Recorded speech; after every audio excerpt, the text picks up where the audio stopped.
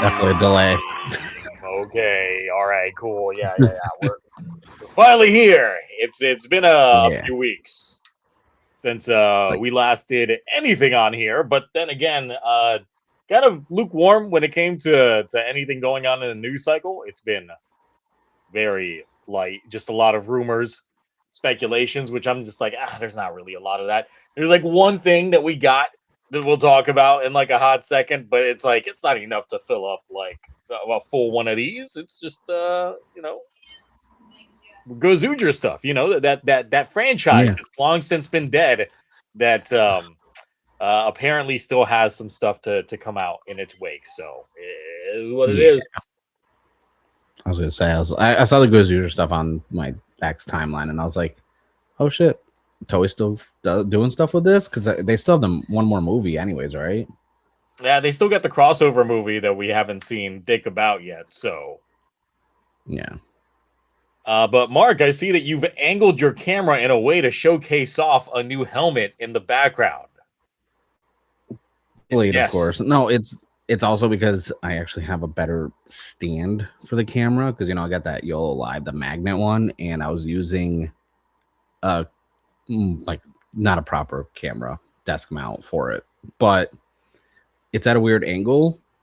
So if I zoom in too much, it just shows the blank wall next to me. So I have to keep it like this because I obviously I want to be center frame. But if I put myself center frame, the whole other half is just this blank wall right here. Move But your yeah, chair. Stegosaurus.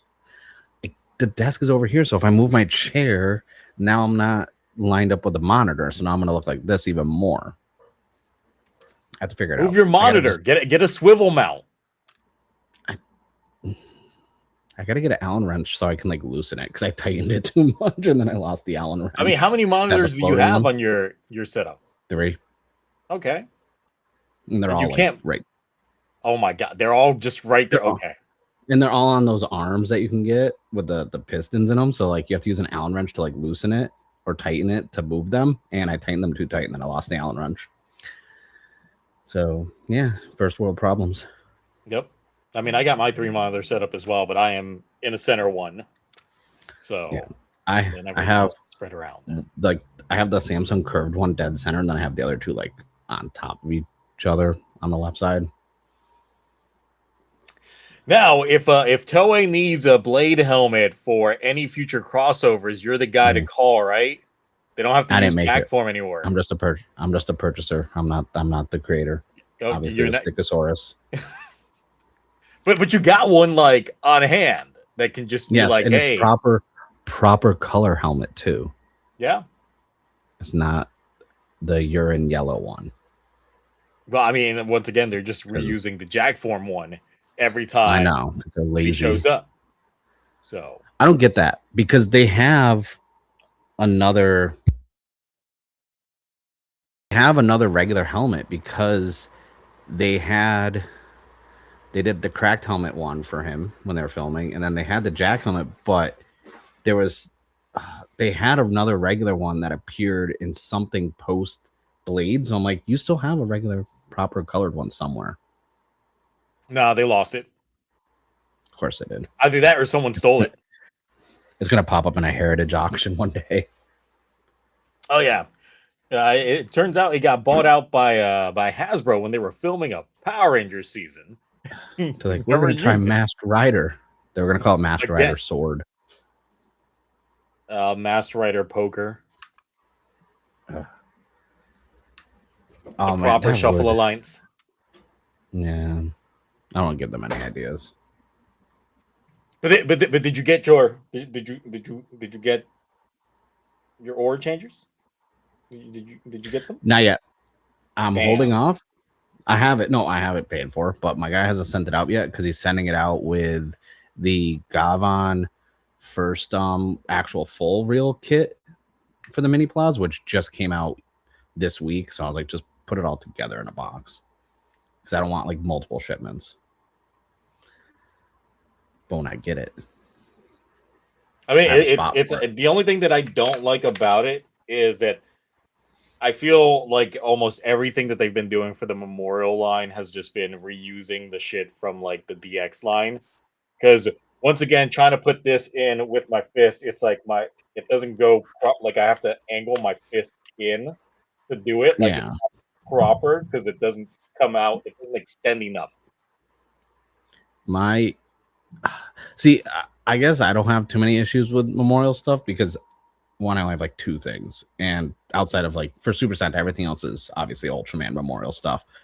So I didn't, and I never got into the DX line of anything Super Sentai, so I can't make that comparison. So when I get the order changer, I'm like, this is perfect to me because I don't know how the DX one is. But you'd be able to tell just by feel alone. Yeah. Like it is plastic. There is nothing die cast on here at all. I will say that the only good thing about it is that it's using those small LR batteries, and they're already in there. Oh, thank God. I don't have And it AAAs anywhere. yes, but it doesn't use the rechargeables that they've been using for like the last couple, like when they did the Shoto phone that had the rechargeables built in there, but this one no rechargeables. So you said there was no diecast. Did they use diecast in the O-Ranger memorials? I'm not sure on that one Kind of picked because those the up. ones that I have is the ones that they released in the US, the Oh yeah, legacy the ones, Bandai Legacy. Yeah, I have which that one. That's those why I didn't get the memorial. those use diecast. Like there is Yeah, like some diecast in there. those are nice. That's still one of my favorite probably changers in my collection is the Legacy Zeo ones because those Zeonizers are. Now, the thing that I don't know about was I know that several years back for the Oral Changers, they released the artisan version of them before they had memorial editions and stuff like that. So I have no idea if like those versions had anything better to them.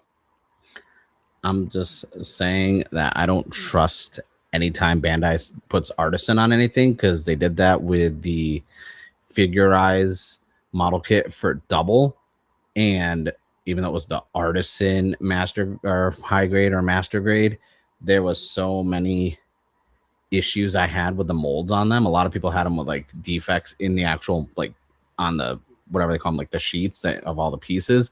Like mine had issues with the helmet. The green side of the helmet was there's bubble in the paint and this and that. And then I was looking online and a lot of people, were having issues with theirs as well. So I was like, I don't trust artisan labeled on anything Bandai now. So I really think the majority of the price of admission for this is the OST. Like it's always music. It's the music that's Yeah. built into it. I do like that they built in the sound effects in a button that you would hit with your fists. So essentially, this part here is a button, and you would just hit it every time. So it makes it convenient. The OST one is a hidden one that's up here, but clearly I have it off for obvious reasons. I don't want to consistently just be like, shh, and you just every hear time all you this like move a little bit, it's gonna go off. See, I'll open mine, probably check it out for like 10-15 minutes, and then I'll probably end up just like putting it back in the box or putting it on display and not messing with it because I mean it is a nice box. It is. I will say the Memorial editions always have great boxes because I just like that black with just the red on there, Ranger on there, and then the logo for it. Simplistic for the front design, but it's always so clean and uniform. So it's like if you collect only Memorial Edition stuff for Super Sentai, they all will kind of look good if you keep all the boxes and have all the boxes on display. I am thinking how I'm gonna display this in terms of what kind of stand. For a second, I was like, you know what? I want to, just have this in the pose, I'll send you a link. like on there. But then I was like, do I just search a 3D print fists? Like, do I just search for a whole arm 3D print? I saw because back when Boom Boom Jerk was first airing, I think we talked about it like very briefly. So I saw that when I was at IKEA, they had for people who want to display like watches and stuff like that, they have the fake like it's just from here up of the hands with the fingers fully posable to like grab stuff. And I was like, oh, I'm gonna get one of those and put the Boon Boonger like wrist changer, and then I can mold the hands, the fingers to hold a car.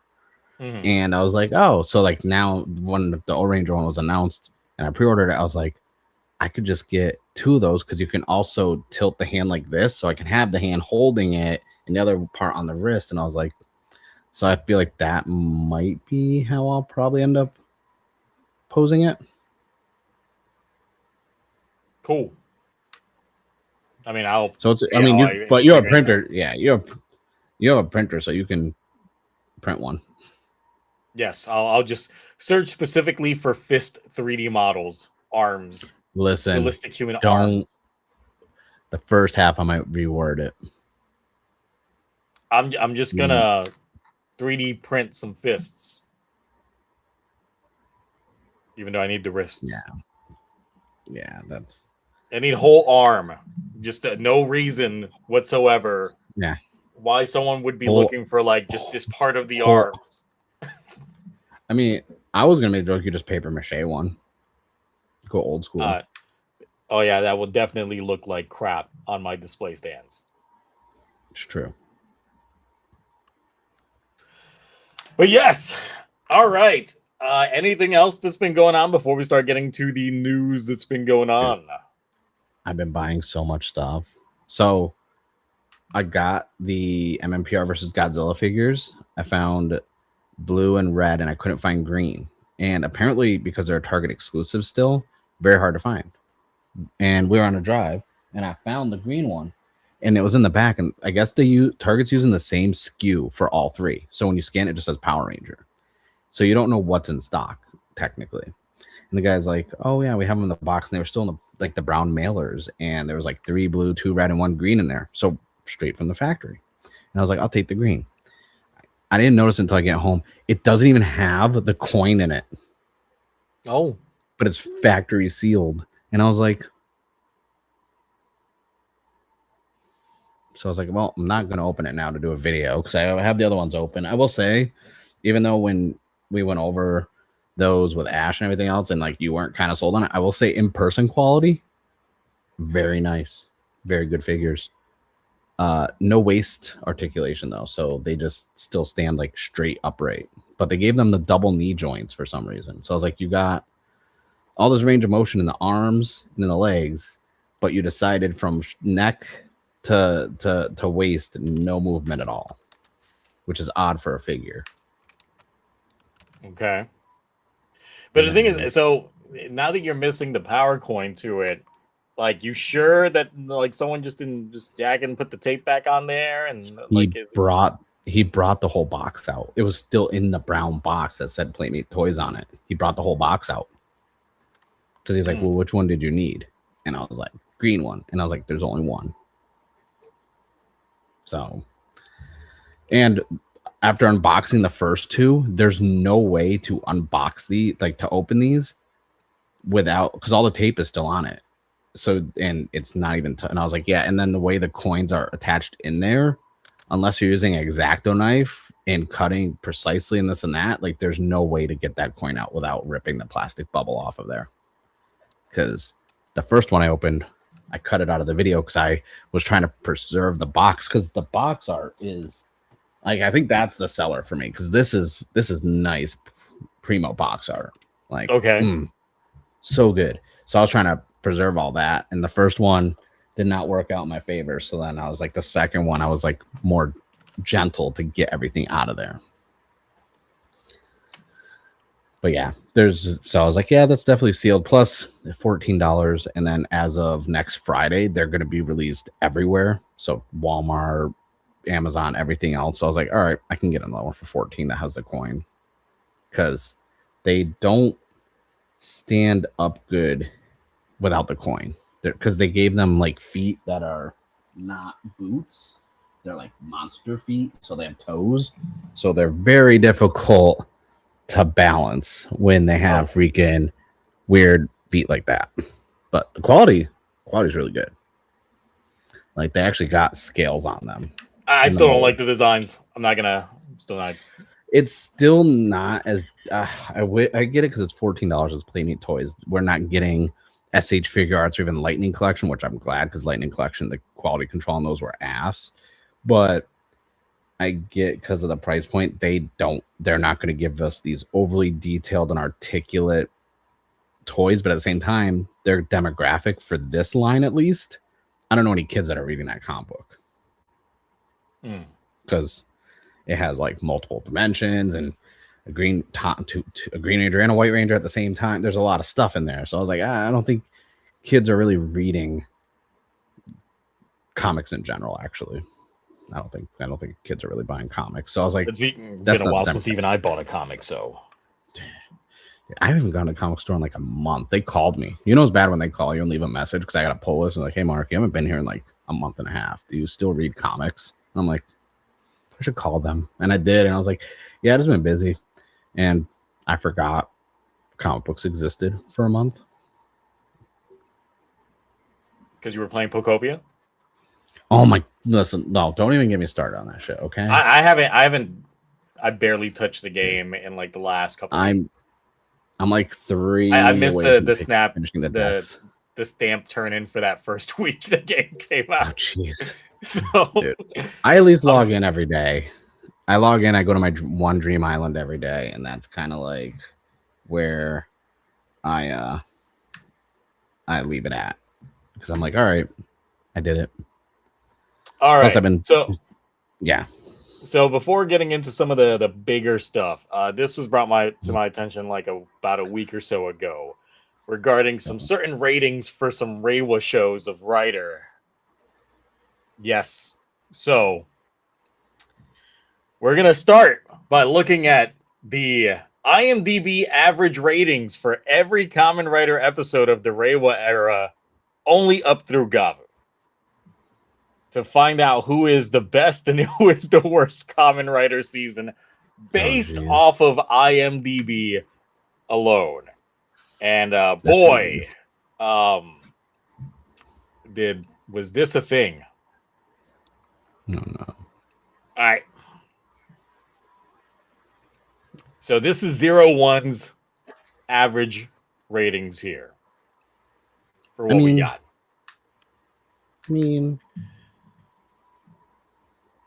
So this show is average at best. Is what IMDb is telling me. So and I mean I can see the dip in like the last set of episodes because of obviously COVID, and then they came back, and then they were out here trying to do all things. I was just like, damn, like nothing too high. The best rated episode is episode 29, which I need a reminder of what episode 29 was. Let me see. I don't even know off the top of my head. I've only seen that show once. So let's see. This one is the debut of Rampage Vulcan and Naki's first appearance. This is the best rated episode according to IMDb on this one. So it's just like, okay. This is the last round of the workplace competition, which I actually enjoyed. I know a lot of people didn't like that one, at least from my conversation with folks, but this was actually one of my favorite arcs in there, and I liked the fact that it had like, bad end. I haven't. I think when did I watch? I think the last time I watched 01 was when the Blu-ray came out, and I rewatched it all just because I wanted to check like the quality of the subs and everything else. I just, after what they did with that V Cinema, that movie, I was like, well, it's not factored in here. This is literally just an episode by episode. I know, but I'm saying for me, I was just like, I don't really like 01 anymore after what they did in that movie. Now the next one is the one that shocked me, and you probably will feel a sense of pride. It's only Reiwa, right? Yes. Oh, Saber's probably got some high. Oh, look at that peak. Look at that. Look at those 9s. So this is what shocked me. The fact that Saber had so many episodes in the 9+ range. That this is now. Spoiler alert! Spoiler alert! Saber, according to IMDb, is the best Reiwa season. Can you say that again slower? Say it slower with eye contact. According to IMDb's ratings, Saber is the best Reiwa season.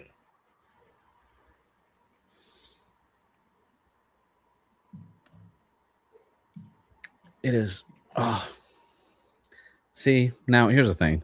I just want to like preface this. I didn't know about and people rating them on IMDb. I don't even have an account on there, so I did not do any of these ratings and these numbers. I don't know if Cloudy has some burner accounts or John does, because you know me and Cloudy we're Saber bros. I think there should be some more 9s on there. I'm just saying it seems a little low. Like there's 7.8 in there. I'm like, I think it's a little low, honestly. I'm just like, the fact that like all of the episodes that were spent introducing cast members, which was a very fucking long ass time, is still that high. Personally, like I feel like the middle section of Saber is the best part of Saber, but according to this, the end of Saber is the best part of Saber. The middle is when they were kind of like, was it when what's her name had gotten kidnapped from like the northern base because but I'm talking about like the whole Solomon arc and all that. Yeah. Oh no, I'm just saying the middle having that higher rating still when a lot of stuff was like changed on the fly during filming because of COVID restrictions, and then one of the cast members was sick, so they had to like leave for like 10 days from casting. So it's like from filming. So I was like, I'm still shocked the ratings are actually that high during like the middle section. The ending, I mean, with Solomon and stuff, I mean, I don't know. Like even the episode that I hear, and I know that a lot of people, the epilogue episode, the very final episode, is still an 8.8. Is like ridiculous to me. Like I can't even fathom like who the voting unless it's just one person that voted that submitted up these ratings in IMDb. I'm gonna check because I think you can see because it says like out of how many votes. It'll tell you like yeah. So let's look it up real quick because I go on IMDb a lot because I forget movies, and then I'm always me and my wife will watch a movie and I was like, oh yeah, he was in there. She's like, are you sure? And I'm like, let me pull up IMDb, and I'm like, they were. Oh, well, it looks like. Oh no, those are overall. So there's 581 people who rated it overall. It got a 6.7 out of 10. Obviously, that person doesn't know anything. I just read one and they were like, and I'm like, no, go away. The thing is, that makes no sense. Yeah, obviously, if that's the overall series vote, like that doesn't make sense based off of the rule of averages. Because if we were to average out, there is not a single 6 in this entire episode list. No. Meaning that the individual episodes, if you were to go based off of the rule of averages. Yeah, I had to go to the episode guide. Yeah. So I'm just going to click on what's the highest one on there? Episode 38 is the highest one with a 9.6. Yeah. Yes. So that is. Oh, that's the debut of Cross Saber. That makes sense. So it's a 9, but when I click on it, it says it's a 9.2 out of 10, and it's based on 23 ratings. See, so it's not even that many folks. Yeah. Some of these don't even.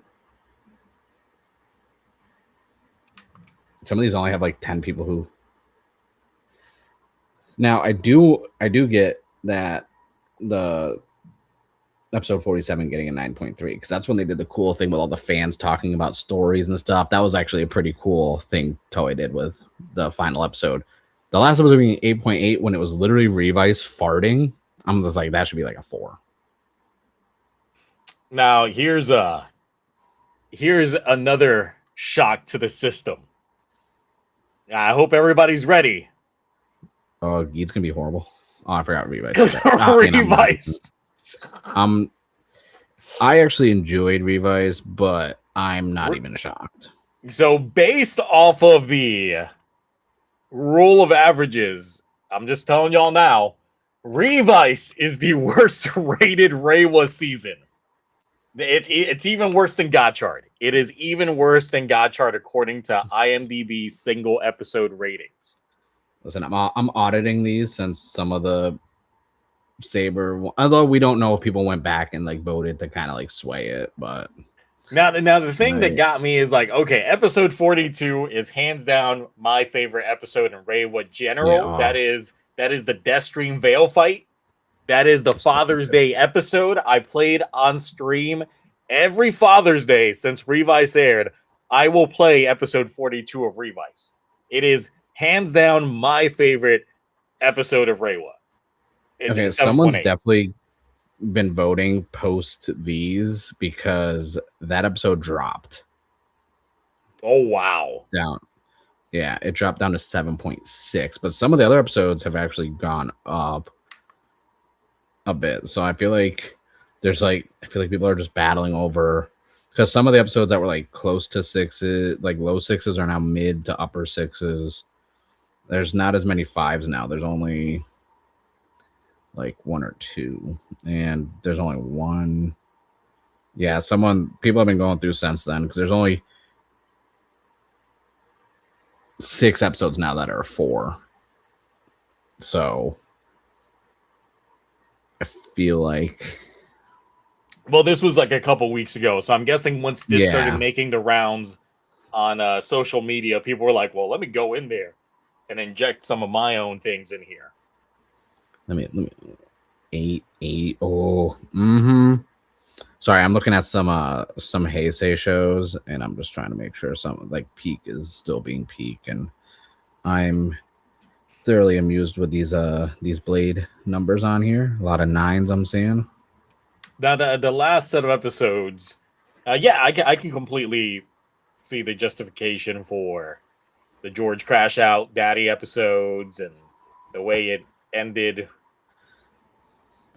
So, yeah, especially like the Juga arc and everything else was very like, I wouldn't say it was like a 4 out of 10, but it definitely wasn't good. Thing is, episode 25 is the other episode that's really good, because that's the one that's Veil's debut, Kamen Rider Veil's. Yeah, that should have. And I'm just like, 5.8? Really?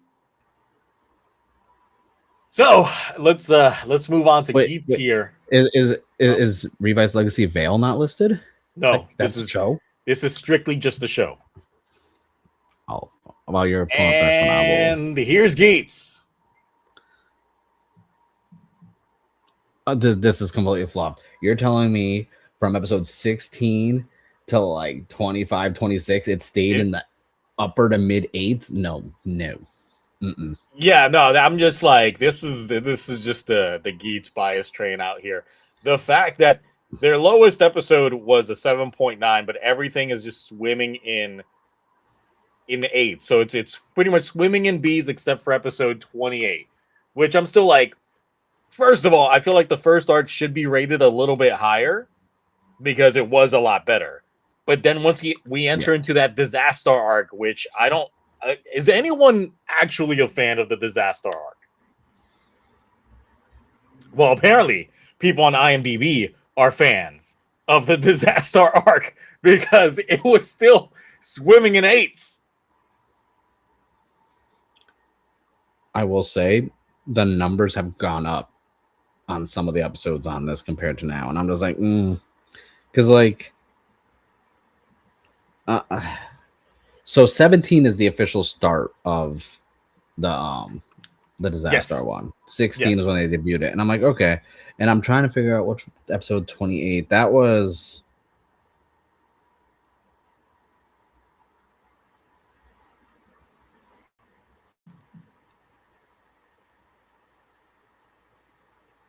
Oh, that Commander Gene Zine or whatever Zine's name, like debut. What? I don't know. I'm trying to see because it talks about something. I don't know. I'm trying to figure out what episode 28 was, and the description on it is very lackluster. Laser and I'm boost. not gonna lie. It's laser boost's Yeah. debut. I mean, that form was all right. It grew on me, but I hated it. Did like when it first showed up. It looked weird with the red and the white and the blue on it. It was a samurai But- pizza cat.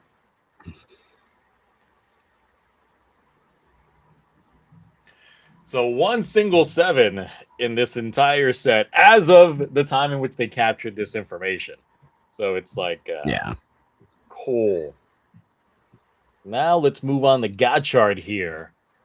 And look, it's apparently a better show than Revice. I mean, one of those I was able to watch every week until the end without giving up. I mean, it was swimming in 7s.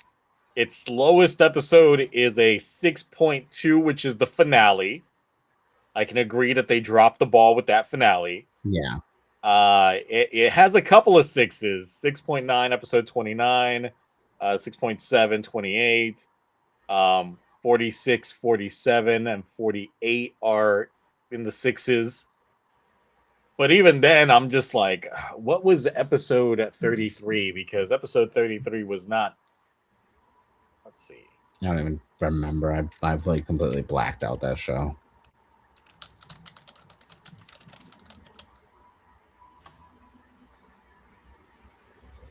Let's see.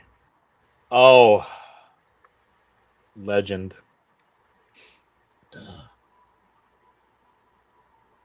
Yeah, it's the Legend episode.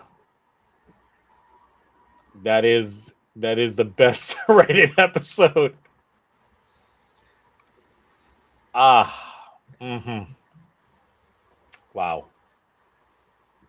That is wild that is a 9. Okay, I guess some no. people just really like Right. that.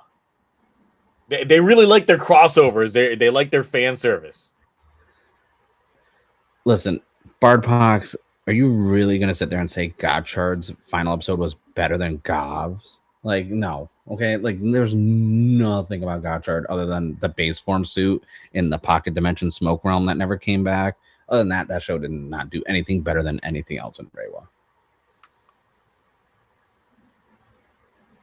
I would say, yeah, the Spanner transformation into Kamen Rider Valkyrie, even though he got jobbed completely afterwards, those were really peak episodes. And the fact that they are, not that high either.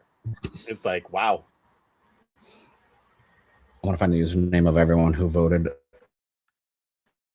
or who rated the show. I have questions. I have so many questions. One, what other shows have you seen?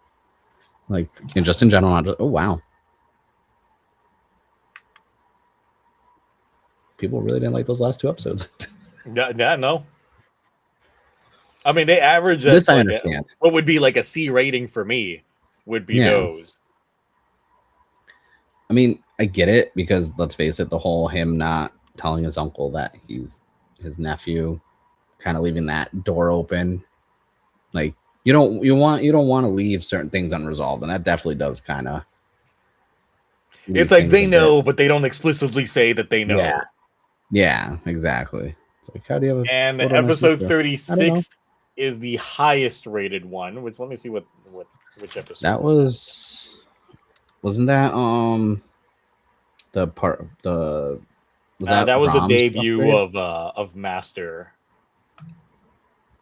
Oh, I mean, it was a good debut.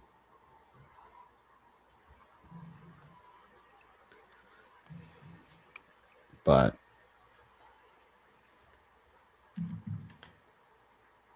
yeah, I mean, it's not that much of a.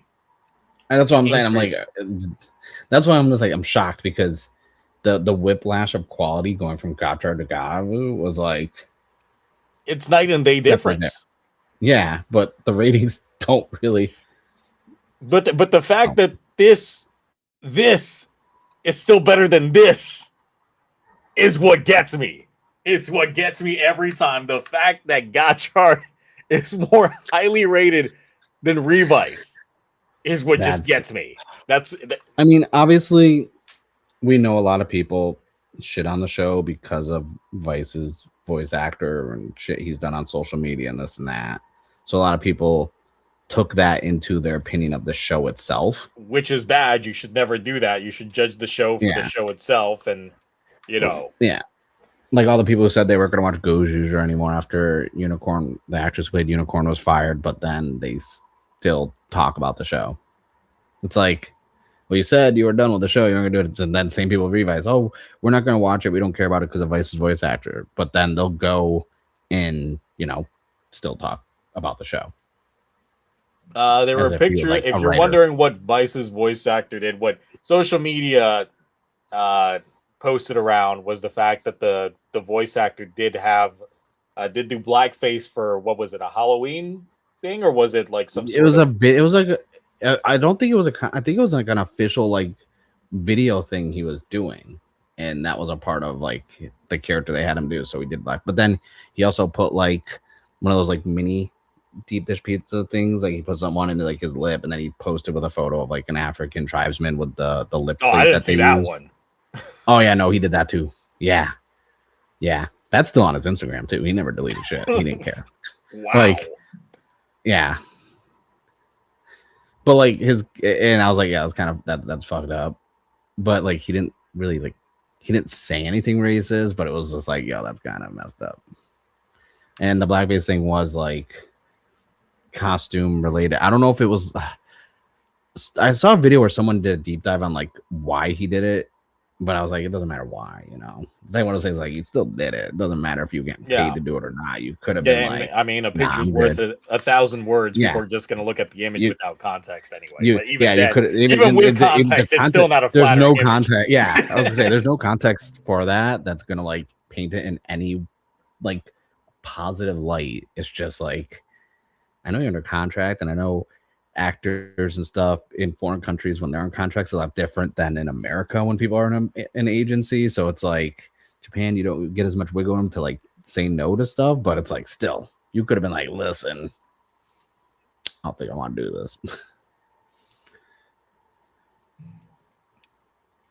Oh, look who showed on up. He was too busy catching Pokemans. And you got no sound, so you better fix it. There you go. Windows classic computer. I was worried. I thought an Atticus spider got to you. Just carried you away. It was a big man named Paul that came after me.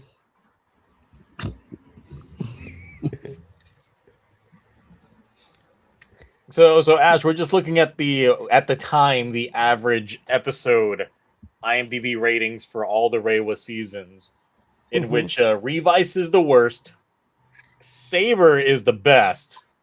Mm-hmm. Okay, say it again. And somehow Godchart is better than Revice. Rigged. Exactly. Rigged. So yeah, Saber was out here swimming in some 9s in a sea of 8s and 1 7, making it average the best based off of just single episodes. Not series wholes, because there's people that are just ranking the series as a whole, and there's a lot more votes for that. In which it's slower. Episode 29 of Gates. Let me look that up. It's episode 28 that's the highest rated one. That's the debut of Laser Boost. Ah, okay. Are you curious about so far to date Zet's episodes, how they're going? Because right now the show itself, with 207 people rating it, is at an 8.5 out of 10. I'm one episode behind, but yeah. Honestly, I think oh my god, there's a lot. This might actually beat Saber. First episode 8.5, second one 8.3, then we got an 8.4, 8.2, 8.2, 8.2, 7's an 8.3, 8's an 8.2, 9's an 8.6, 10 is an 8.1, 11's an 8.2, then 12 is a 9.1, 13's a 9.3, 14's a 9.5, 15's a 9.5, 16's 9.4, 17's 9.3, 18's 9.1, 19's 9.4, 20 is 8.9, 21 is 9.1, 22 is 9.3, 23 is 9.5, 24 is 9.7, 25 is 9.4, 26 is 8.9, and then the most recent one for 27 is 9.3. So people actually like the twist. Okay. And it looks like they actually have a decent amount of people voting on these, like 36 plus people in a lot of them. So, and there's 60 people voting on, so it's people still catching up. But I think more people have been voting on Zets than rating on Zets than other ones. So, well, probably because it's more available for them to watch it. Yeah. But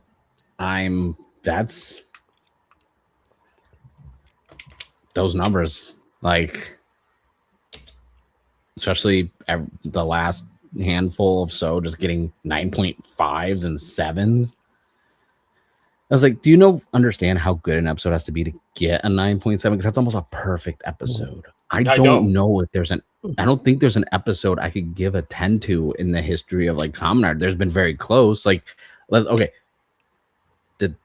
The Death Stream fight from Revise, that's like to me like a 9.5. That's just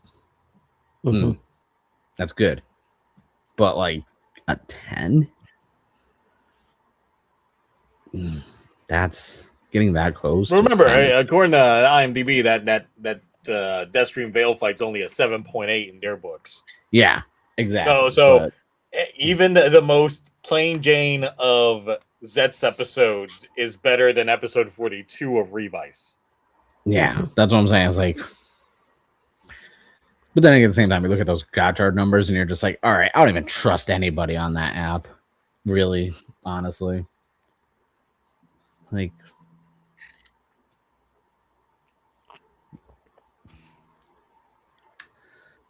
but I mean, now that so that's enough of that. Now that Zets has settled into their new timeline of events, and I know Ash, you just said you're like one episode behind. Yeah. How far behind are you, Mark? I watched up until they reset everything, and then I was just like, which is perfect because the one after that is a big recap episode, so you can catch right up.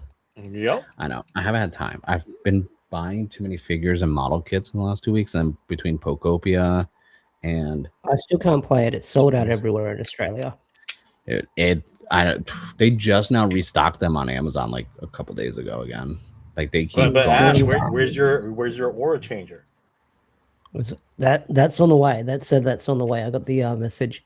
You have to remember, I'm across the country or across the world. You're like, but you're closer to Japan than I am.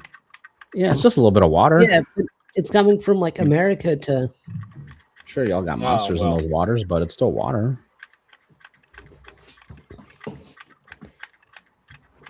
It looks like since you were here earlier, Ash, I found all the Kaiju Rangers. Oh, I saw that on your socials. They're so nice. Except for the torsos. Well, okay, so they're April 1st or 2nd. They're no longer Target exclusive, so you should be able to get them from other online retailers. Cool. Yep. I'll wait for Phil from Angel Grove to get him in, and then I'll order them from him. Yeah.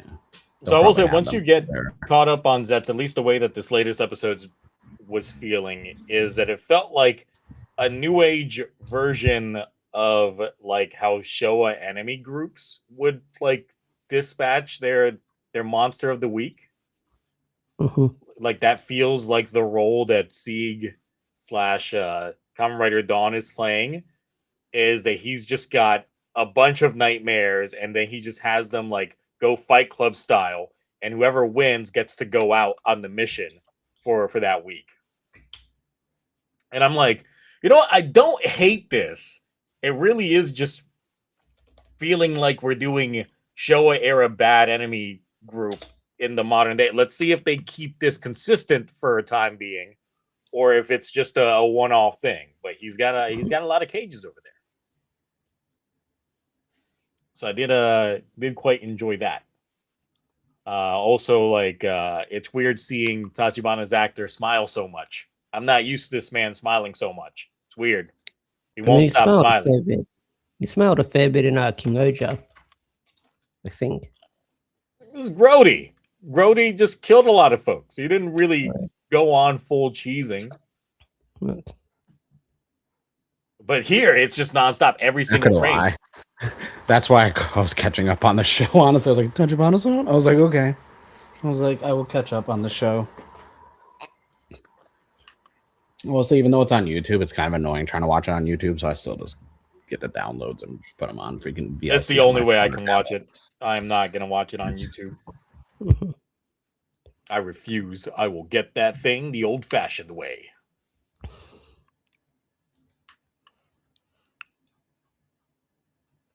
I still have issues with a lot of the suits and sets just because of how top heavy they are. Like all the armor just being in the top and then like nothing down at the bottom. I mean, I'm used to that with Ultraman, but not on my Rider show. Yeah, not for like the last few years. I've been complaining about that with the candy toy announcements when I do the videos because I'm just like, why is everything and the legs and everything else just the same over and over again? And it's like, it's not a symmetrical suit because the belts are always at diagonals. I was like, it's been frustrating me because I'm like, man, the designs look cool, but it's just from the waist up, they look cool.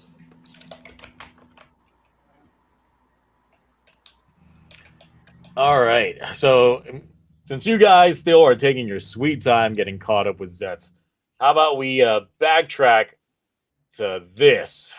Oh, yeah. I saw this floating around. Yeah, so we got a little trailer of it. We finally get the backstory to Joe Everyman Kumade up in here and the previous Goes Yuger team, which one of them is Reika from Saber, and the other one is Atropos from Gotchard, the little girl. Yeah, I saw that and I was like, you know what my biggest problem with this entire poster is? Like, do you see it?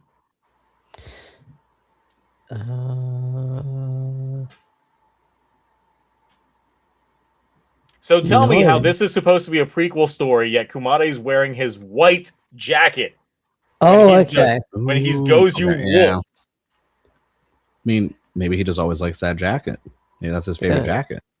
It's a dope jacket. Doesn't make sense. Everybody else is rocking their own colors. It's like, why is he still rocking the white when he's supposed to be red? Well, okay. Hear me out. What if this is like him telling the story of it? So that's him current time. If it's current time, why is he wearing the ring? Listen, you're asking too many questions. Okay, that whole entire poster is AI generated. It's not, but it could be. I know that's your issue with this, and not the fact that it goes you green is like facing the other way, and they're all facing this. Like, I don't like when they do like that. Just messes. What do you mean? You mean? No, the actual suits up top, like the green, just going that way. I see. And all the other ones are like this. Like yellow's looking the opposite direction as well. It's just you got two facing that way. There's too much. They're facing all over. They got all the corners of the watch being seen right now. Oh, they've got every direction covered. I don't like it. It's ruining my hummus. It's making my hummus taste bad. So yeah, this also, is the thing I feel like this is a little too late. It's definitely too late. Like this should have happened with his debut. It should have happened before Super Sentai ended. Yeah. And the thing is, it's like, this is probably, I don't know, I'm probably going to say this is like a 30, 40-minute thing. It's Toei Tokusatsu, but it's but it's also Sentai, so most of their Sentai shit isn't that long anyway. Because I think like even the Sakito special was only like a little over 30 minutes long. It wasn't even a full hour. Most of the Versus movies for Sentai have only been 30 minutes unless they get an extended cut. So I'm not expecting a lot to happen in this 30 minutes. Actually, I'm expecting too much to happen in 30 minutes to the point that it's Yeah. going to be like, oh, okay. We already know you guys lose. If it is an old team, then like 4 out of 5 people on this poster end up dying, I assume. I mean, they do a world reset anyway, so it doesn't matter. True.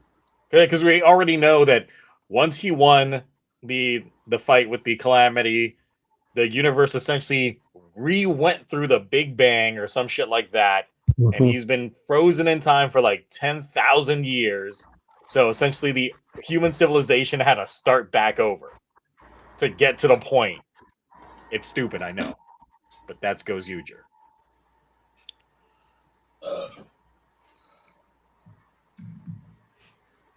But yeah, it is what it is. Where's that hype check? Hype check.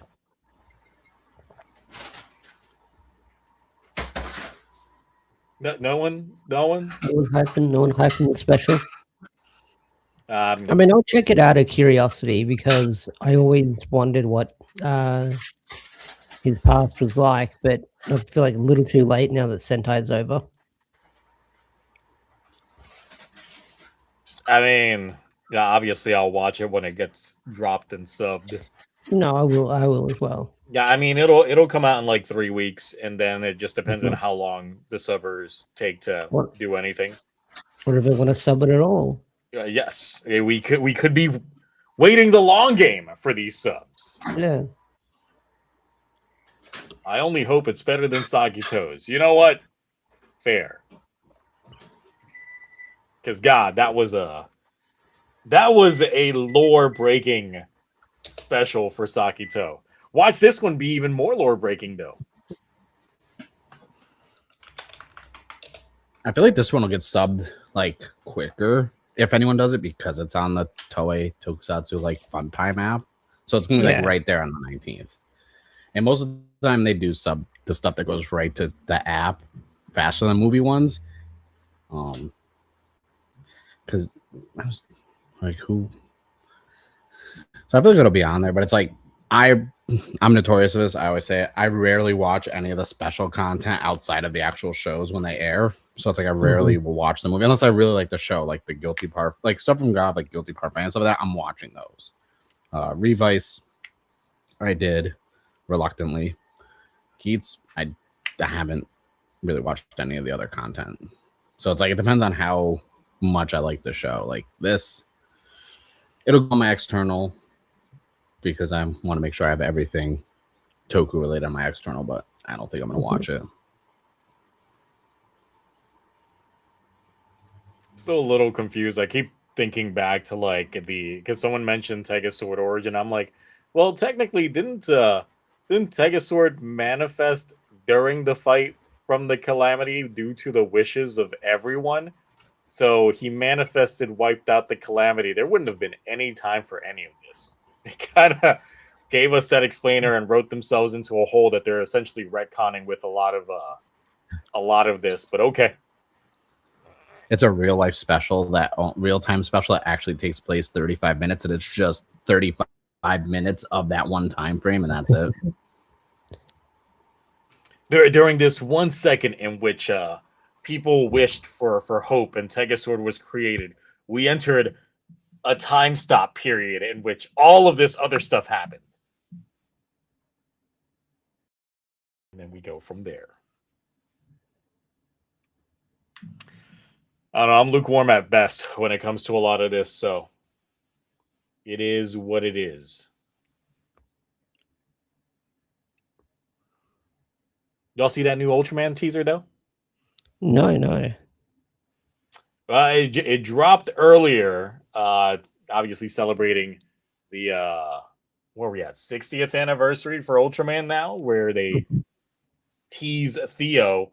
But we technically got tease of Theo well ahead of time because someone leaked out the Sophobi like a while ago, so we already know what he looks like. Theo? Yes, the new Ultra is Ultraman Theo. They dropped the teaser of it earlier, but we've had the Sophobi leaked for a bit, so we already know what he looks like. Okay. Good old Sophobies. And we got a blue ultra lead again. Yep. Now the thing about this one is that it reminds me a bit of Mebius. It's like it's trying to bring back that classic meets new style with what I'm seeing here. So I don't know. We'll see where it takes place in terms of the timeline placement, or if it's gonna continue being part of its own universe. Even though I really hope that aspect dies and we have some more continuity with Ultras again, because I've been tired of the last few just being their own set like worlds. I get it though, because they're like, you know, being dubbed and simulcast and this out on YouTube. They're kind of like bringing new fans. Let's not overwhelm them with this big shared universe. But I do miss when it was all just kind of cohesive. I mean, when they still do these like new century like stars things that air in between each season that no one's really watching, but it's like, here's your crossover fan wank, even though it's seasons that take place in different universes, but still we're gonna do it. So it's like, okay, here we go. Here we go. But yeah, it's like the way that they made the teaser made him look is a little bit more alien in terms of the way that like the face was bobbing, and I was like, okay, all right, let's see how this goes. But the teasers, I mean, they're teasers for specific reason. We don't really know shit based off of the teaser. Yeah. But hey, we got another blue ultra again. When are we getting a different colored one besides blue and red?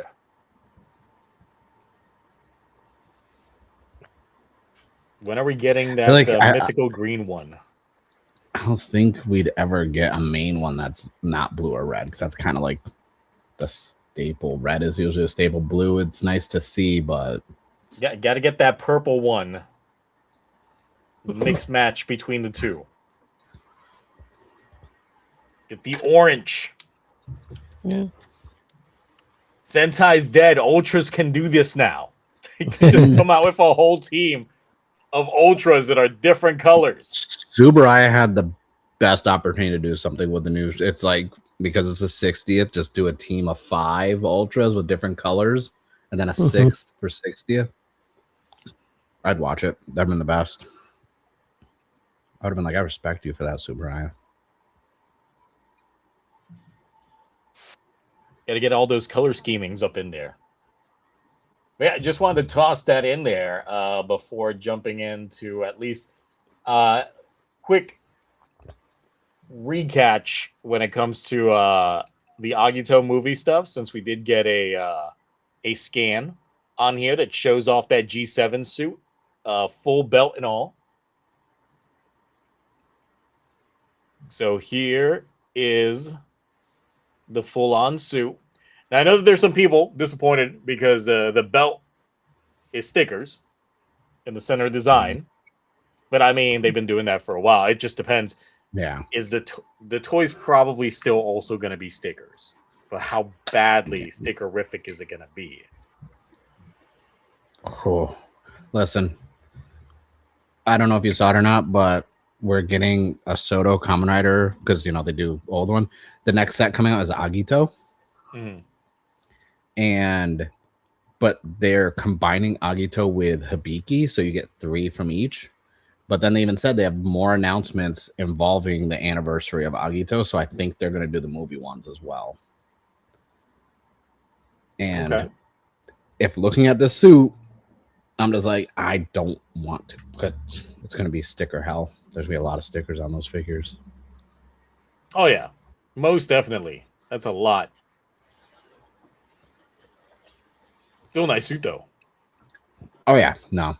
I actually like these photos of it. He's going bare ass just like Gavan is. Yep. No ass armor. There's a joke there, but I don't know how strict TOS is on YouTube for butt jokes. I think it's all fair when it's dudes. Yeah. Okay. Still not going to risk it. But yeah, still a really nice suit. Still digging it. The yellow, I still wish was a different color, but I'm fine with it. I'm fine with it. It's grown on me. I just don't like the circle, like the lime yellow circles on like the back of the hands. But they don't. I mean, that's where his transformation starts. Is like the armor coming from the hands up. I just don't like the circle there.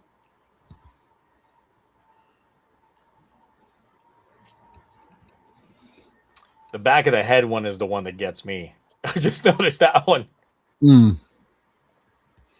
Yeah, that's. See, the thing is, when I see these now, I just keep thinking of like the Z putties. And I'm just like, is that where you just hit them? You just aim for the yellow, and it's just like, pop, pop, pop. The armor just pops off every time you punch those particular points. See that happening.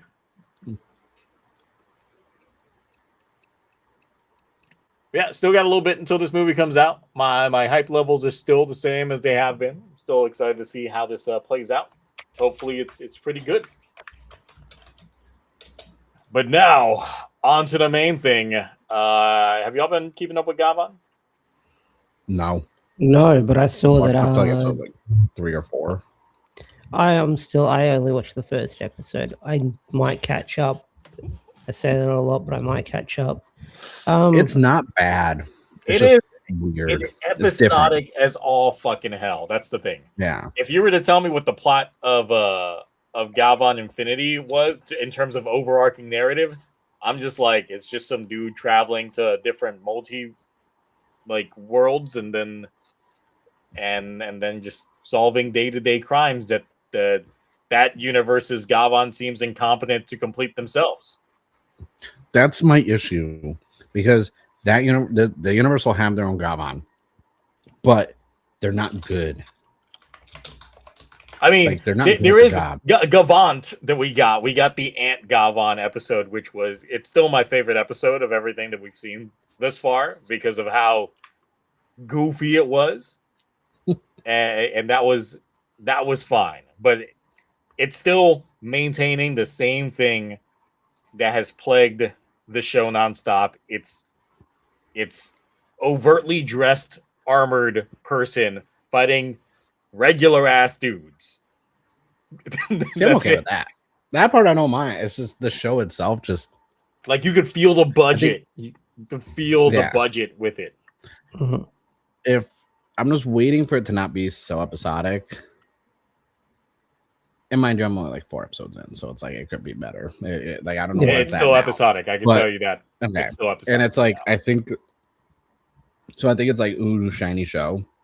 Ooh, look at this. Like it's like there aren't like the deep stakes yet, and this and that. And I'm like, and I was gonna be like, give it benefit of that. Oh, we're world building, but then I'm like, after 4 episodes, I'm like, we're not world building. We're just universe hopping. Like, there's no real overarching like build up that's there yet. So, I mean, when I saw this image, I needed to like cope at first and deal with what I was looking at, because I was indeed not feeling it. Oh yeah, I think I know where this is going. I think I know where this is going. I've seen this online.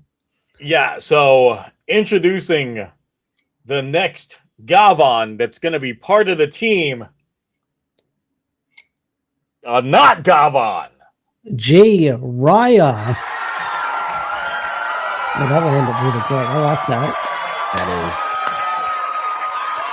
is the worst comment I've ever seen.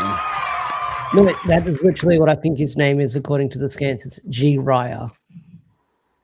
I could be wrong. I like it. Yeah, this is the thing that got me, because it's like the upper body from here up, it's Youre, or at least it's a wannabe that looks like him. A big wannabe looking at the fucking body shape. And then and then looking at the bottom half, they're just reusing the same armor as Gavan Infinity, just colored it purple. Like it's the same lower half armor. So So here's where I have a lot of problems with this. Because up until now, every Gavan that we've gotten in the show is some sort of deviation of the original Gavan suit. So it makes sense. Now we're having a Gavan that is based off of another metal hero, Jiraiya, and now he's a Gavan. So you know what? Why didn't they just make Luminous and Bushido fucking Shadivan and Shider? Like, they literally could have just done that. Legit. They could have just used those suits because there is nothing about that. At least the other Gavan variant that we got in Gavan has like Gavan-ish headpiece. And then here, the headpiece doesn't look Gavan-ish at all. It's still just Jiraiya.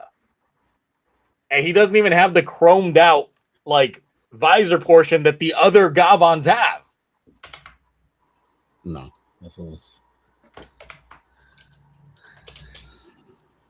What is this show, honestly? So that's the thing. It's like, okay, so for those folks that were hoping that the next Project Red season was going to be like another Metal Hero, I'm like, you know what? The next Metal Hero is just going to be another Gavan. It's just insert Metal Hero here is now a Gavan here. So you want B Fighter? No, he's Gavan B. Space Sheriff, Ultra Space Sheriff Gavan. Not you want Metalder? Nah, you got Gavan Dur. You got Metalder. Like, they're all just Gavans now. They're all just Gavans. Everyone is Gavan. Honestly, that's not outside the realm of possibility. They could actually sit there and be like Super Space Sheriff Gavan instead of Infinity. It's like Metalder, this and that, and it's like, I want to put it past Toei. They I feel like there's a decent chance they would do something like that. See, that's why I'm just like, next Project Red better not touch a Metal Hero show at all, because they're already doing it here. Because they've already shown with the Emo Gears that they're releasing a Legend series, which is just all the Metal Heroes. They're literally just doing Emo Gears for all the classic Metal Heroes. So it's there you go. I'm really curious when we get the sales numbers, because I'm like, let's see if the sales numbers are there to justify ending Super Sentai for this. Where's the sale numbers showing up? According to a Dawson Rider video, I didn't watch it, but apparently he said that. The numbers haven't shown up yet. Yeah, they haven't been posted yet. It's been a month. Most of it is just rumors and speculation based off of it, but no actual financials have been posted up, or else we would have been talking about them. That's true. Okay.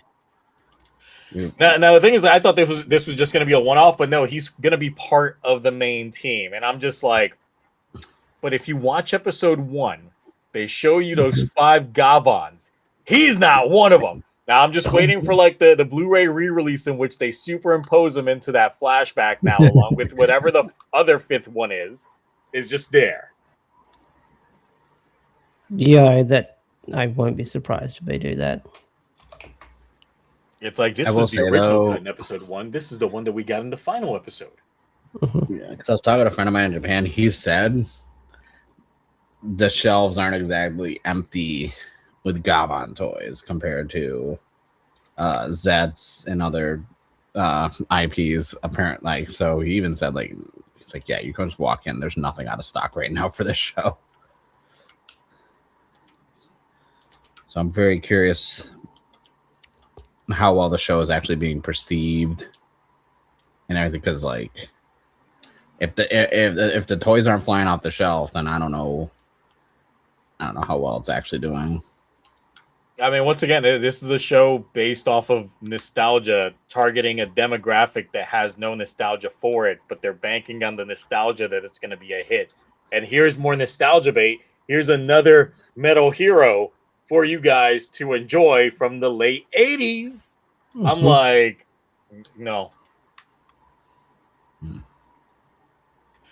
I mean, sure, we could end up having the multiverse of Gavans, and it's just all the other Metal Heroes with Gavan armor and they just like fancy it up, and that's where all the budget's probably going, is just in them fancying up these metal heroes and making them metal. I mean, this is the most metal that Jiraiya has ever looked. Me having actually watched the show, so my worry is other Metal Hero stuff, because there was that leaked before the show even aired.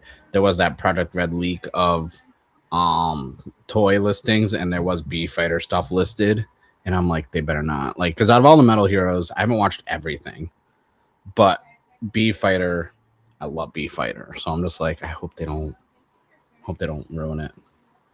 Well, the thing is, they're gonna have a team of 5 by the end anyway, so there's got to be another Metal Hero that they're gonna end up throwing in here and give the Gavan treatment. It's probably gonna end up being B Fighter. Yeah, because then they're like, here's a hint at like each member is inspired from a Metal Hero, and I'm like, you son of a bitch. Each member, they better not ruin the helmet. That's not the other 2 Gavans that we got introduced to early on. No, not the other 2. But like, listen, we don't even know how many people are going to be total. Like you said, Homeboy right here wasn't even in any of the the flashback stuff or the all group stuff. So like, they might pull a freaking, what's that Sentai? Was it Kiramaja, where there was like 20 freaking Rangers? Kyuranger? That might be the one. Was that? Yeah. Kiramage's the truck one where they had like 20 trucks and stuff that at the end. No, I get them all mixed up. The only thing that I can think of is that they'll end up going back to that scene that we saw in episode 1 that shows the 5 of them, but then they'll take that scene and then do a wide shot, and then it'll just show all of them. All of the other Gavan. That would. I don't know how I'd feel if they did that, honestly. I would be like, that's bold of them. The brass on Toei to do that. So this is a thing that's gonna be happening. So place your money now on who's gonna be that 5th Gavan. Is it gonna be B Fighter? Is it going to be Giban? Is it gonna be Winspector? Is it going to be Exceed Draft? Is it going to be Blue SWAT? Is it going to be any of these other Metal Hero shows that just, I would say the big ones that were international? Because I know Jiraiya was big in South America, but there were several Metal Heroes that were big in South America. While B Fighter and B Fighter Kabuto with their adaptations were bigger in the U.S. Because Beetleborgs. Yeah. Rukendo can't be in Gavan. Rukendo was made by TokuTonic, a completely different studio and in a completely different channel.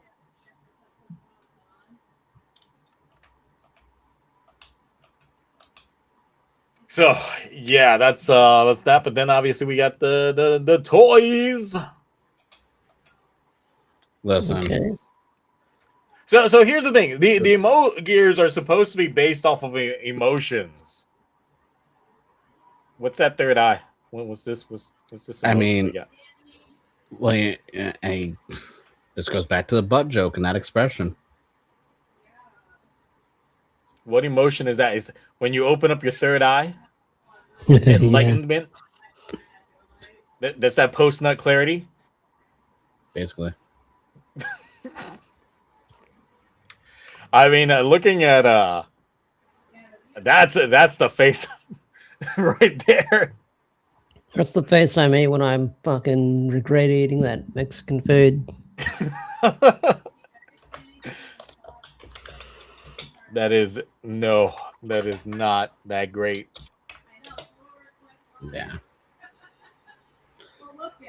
So I was thinking, right? I was like trying to figure out if, because it's Project Red, and I was thinking like if they did have, other like heroes from like Metal Heroes, like B Fighter, stuff like that. But then I was like, what if they bring in like non-Sentai people, like was it Signal Man from Car Ranger? I mean, that was essentially a Metal Hero in a Sentai show. Yeah, so. Yeah, pretty much. I was like, because I'm still just wondering, because like it's Project Red, Sentai's technically not is like on a hiatus, but like they have also like there's all these universes. You're telling me there's only like one Gavan or one Metal Hero on every universe, and it's just Metal Hero only. Mm-hmm. But there's no real rules to how these like they haven't given us enough like substance in the show to really like dictate who else is going to be in the show, because this came out of left field when I saw the scans online. I was like, yeah, who's same, this? yeah. Why is this? Why are there so many Gavans? Why are there so many heroes in this show? I know it's Metal Heroes, but and why are they incompetent in their own universe? So they need the one guy to drop in. Yeah, that's what I'm saying. How are you a hero of your own universe when you can't even like protect your own universe? And the thing is, we haven't even gotten to the point in the show where the other two team members, I will say, have actually started getting their own proper plot at all. Listen, Chest of Greatness, they're not going to ruin that suit because they're not going to use Signal Man's suit. They're going to make some new shiny version that looks like Gavan with like siren lights on it. They're not going to use the same suit.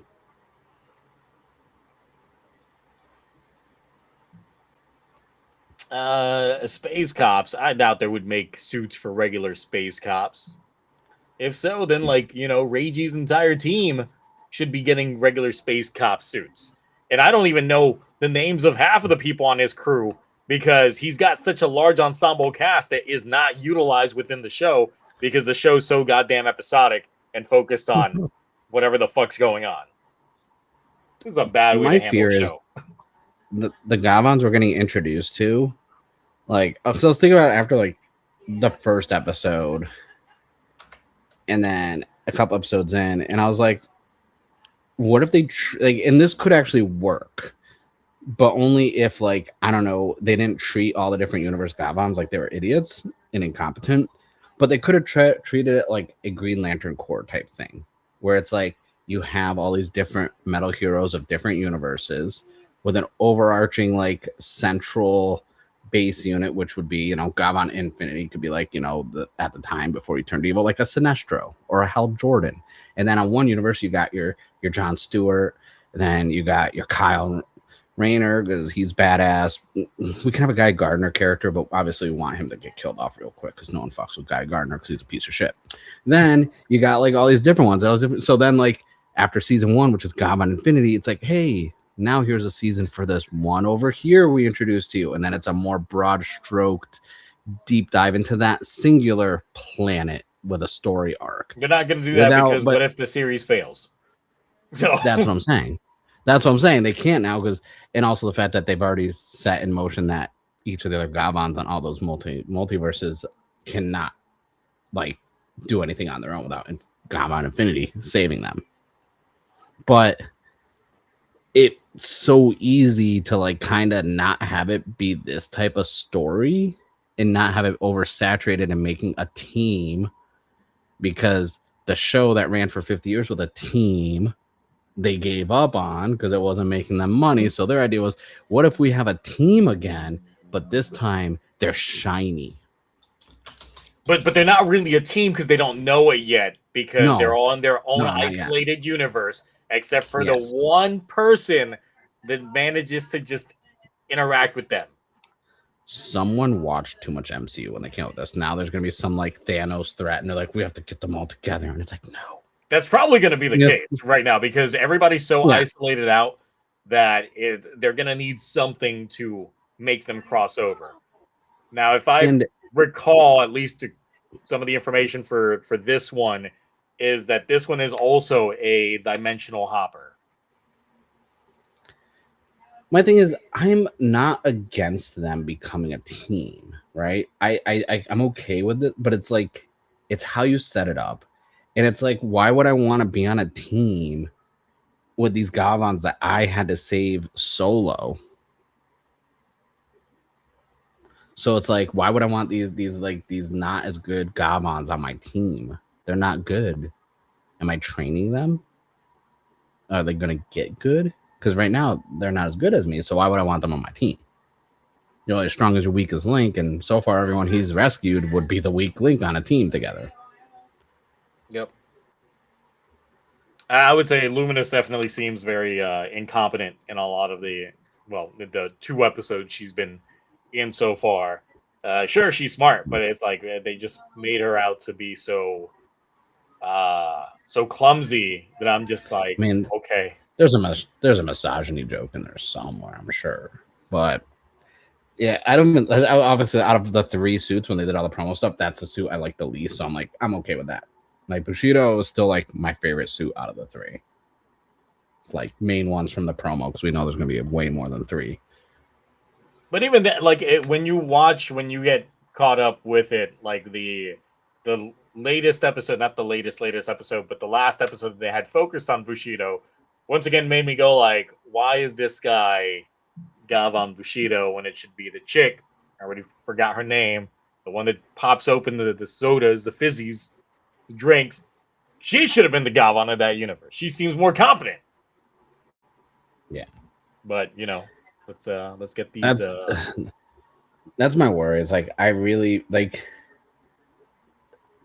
the show is tiptoeing that line where it's like, okay, we can still bounce back from it and make it like cohesive and work and flow well, but then at the same time, like it's kind of a mess. And the thing is, they don't give you enough time with each of the characters for you to, get to know them as a viewer to understand like that character, because every episode it's like we're just hopping to something else.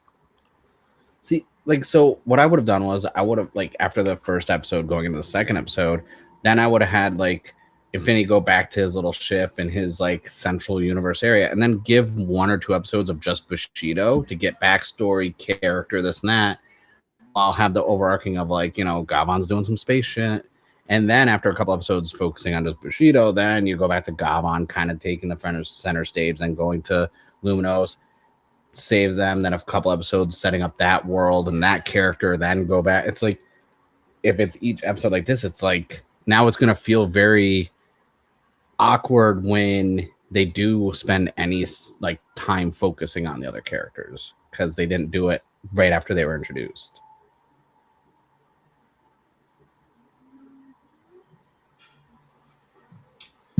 But to dive in on that nostalgia that these children clearly have, Dragon's back. No, they remember.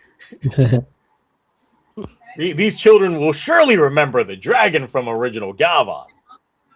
And I mean, it looks cool. It does. What I don't like is once again, fuck? it's just this. It's just this. You want to? Do you want to laugh? I did the mini plot for the first kit, and I forgot it was the metric system. Do you know how big the mini plot is for the GCR for Gavan for the first kit? No. Oh my god, that is tiny. Is the mini plot. Oh, and it still had 13 stickers on it. Mind you, for $20, I didn't really buy it for that. I bought it because it's the only way to get the saber and the drill auxiliary ones. So it's the only way you can get those is with the first kit. And when I saw it was listed on some websites like tokullectibles, for like over $45, I was like, and then that Japanese price, I think it was like I paid $16 plus $8 shipping from Japan, because I was just like, but I read it wrong because I didn't translate the metric system, and I was sitting there building it, and I was like, there's not a lot of boxes in this. And then I was like, this is like it.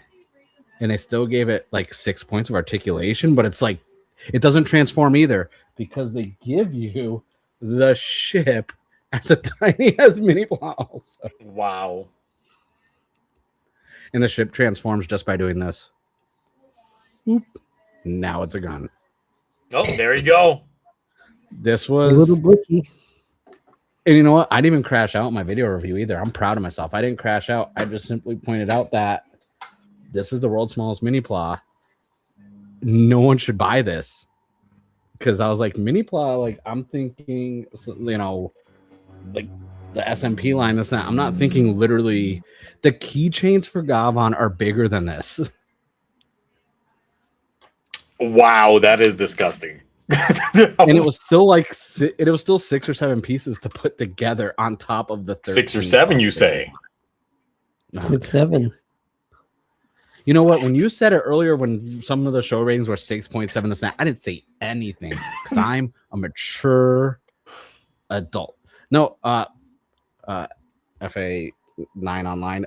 This is the first kit, not the first release kit. It's actually called the first kit. This is different than the actual mini pla. The mini pla that's coming out is going to be the same size as the base Boon Boonja Robo, but more articulate than the DX Gavarion GCR, because apparently that thing's not that articulate. I don't know. I didn't buy the DX one. I just heard it's not that articulate. I mean, the issues that I still have with these toys is just the fact that, once again, it's like we don't have articulation with the actual DXs themselves. So seeing this like giant cannon armament on there, it's literally just gonna be that's it. And that's why I've been pushing for everyone to get the mini plas, because it's cheaper. The articulation on those, and obviously we've had this discussion. I think Ash was on the stream too. The second now that the changer is the Robo, you're losing a lot of ability to make articulation. And I think if you really want to Gavan to sell toys, it's okay if you don't need the changer being a gun that changes into a spaceship, that changes into a Robo. It's okay if you just have a spaceship that turns into a Robo. That's cool. Kids eat that shit up. But then having it be the changer also, and it's one of those things where I'm like, it's kind of turning me off to getting any of the current DX toy stuff coming out, because I did go back and I caved in and I got the DX stuff for King Osier, which is in my Bayou warehouse right now, because it was dirt cheap, and I love having, like, I want to see what the DX version is with, like, the Legend Shoe Gods and the Caucasian Castle. I want to see all that combined on a DX one, because the mini ball is massive.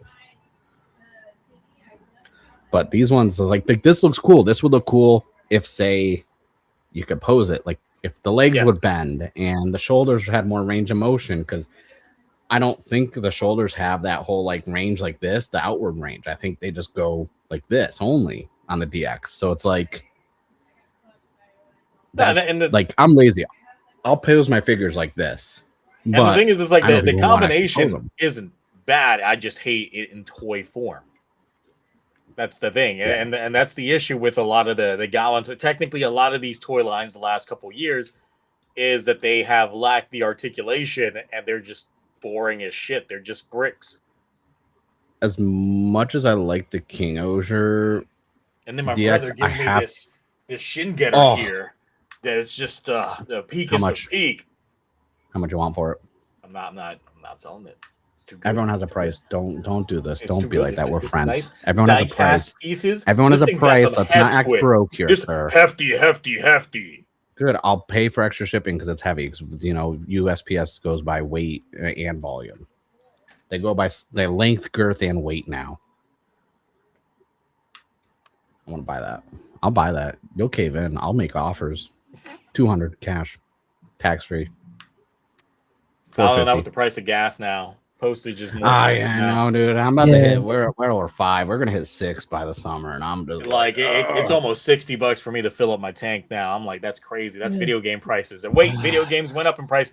PS5 is now $900 starting next week. $100 increase is crazy, because I wanted to get the Pro because I still have the regular PS5, and I'm like, not getting the Pro for $899. I mean, I'd get the Pro if I actually use my PS5, or like the slimmer version of the PS5. If the boost was significant enough, I would probably care, but not anymore. Mm.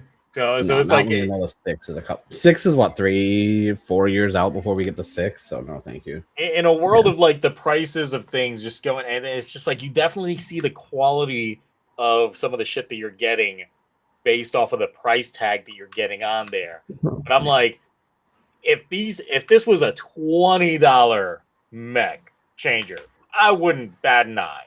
I'd be like, okay, that's not so bad. But I'm just like, look.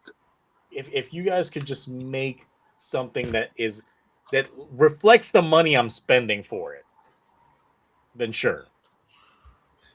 Like, there's plenty of things that I've bought from Bandai. Like, even these aura changers is like, this was, how much did I pay for pre-order? I mean, even with the tokullectibles, like, inflation of like $150 around there, I'm like, this is not worth $150. No, mine I think with shipping, I paid I'm paying 118, but I'm adding in other stuff, so it's probably gonna go up like another like $20 for like shipping on top of it. But I think it's okay. So I mean, I'm biased with certain stuff like Die Ranger. I love Die Ranger, so it's like I will spend that much. Yeah, I know. That's why I spent the money. I'm like, I'm not. Yeah, gotta get this. There's certain show like people sit there and like have the whole attitude of like, oh, MMPR fatigue and it's over, but it's like I just got these in the mail. I got the clear color SMPs for Daisuzen and the Caesar Dragon. It's like, yeah, it's MMPR, but it's like I'm still gonna buy it because it's cool. Yeah, technically clear. It's Jordan Joe. Yeah, so I'll get like a lot of stuff. I'll get like stuff just because it's cool and I'll pay the extra money, but I don't have any like Metal Hero I like, but I have no attachment to Gavan enough to be like buying the DX stuff. And we know they'll do a Memorial Edition one because they do it with Sentai now. And after the Memorial Tega Sword photos and this that, it's like I don't. No. As long as DXs are the changers and the robos at the same time, I don't care. I feel like a toy should reflect the complexity of what is being presented in there. If it is a simplistic looking toy, meaning that even the design on it is very simplistic, then the inaction of it all would make sense. Versus something that looks like it is complicated as all hell should have at least some point of articulation. Case in point, like for my son, it's like he loves getting a lot of those like Among Us toys, even though they don't do anything. They're literally just in action figures, but because Among Us is so, basic in their designs, he doesn't mind it. But I've given him toys before that look complex, but then they're just statues, and he's just like, this is kind of boring. It's like, bro, you just got this, but it makes sense. It's like for a kid, it's like they will look at how complex it would look like, and if the complexity doesn't reflect in the way that they're playing with it, then they're not going to care for it. Mm-hmm. So I was curious. So I was looking up to see, like on Bai, like how the reseller market is with Gavan stuff, and usually we see changers kind of like drop in price a bit, but like I still think like 50 for the base Gavan like changer is a lot for like what it is. Like I haven't seen one below $54, and even some of like the not the little emoji like gimmicks, but like the actual attachments for it, like the drill and saber and stuff, those are still like listed for like 30 plus. So I feel like I want to see if they gotta recoup their losses. Yeah. Although these mega scale figures, I've never seen this before. Whatever Bandai is doing with these look really good. They're very shiny. We talked about Gavan Dev's changer before. It's the same thing, just colored different. It's just a repaint. Yeah. It's a black and purple with green, and that's it. It's like I do wish it like they would have changed that their ships would be different, but they decided to go. Everybody has, regular gray metal color gun. Nothing special for anybody different. All the Gavans get the same thing. It's like, oh, okay. Actually, let's see. Let's change the criterion to sold and see. So it's like this show just continues to underwhelm on all regards. Yeah. Apparently, the emo gears are really popular because I changed my criteria to just showing what's sold, and there's a lot sold, but nothing like from the actual DX changer. Everyone's just selling. I guess there was some special edition like emo gears that were campaign related that were released if you went to certain stores, but it's just 8 pages of gimmicks and keychains and little things being sold. Nothing DX is really being like has been sold on there.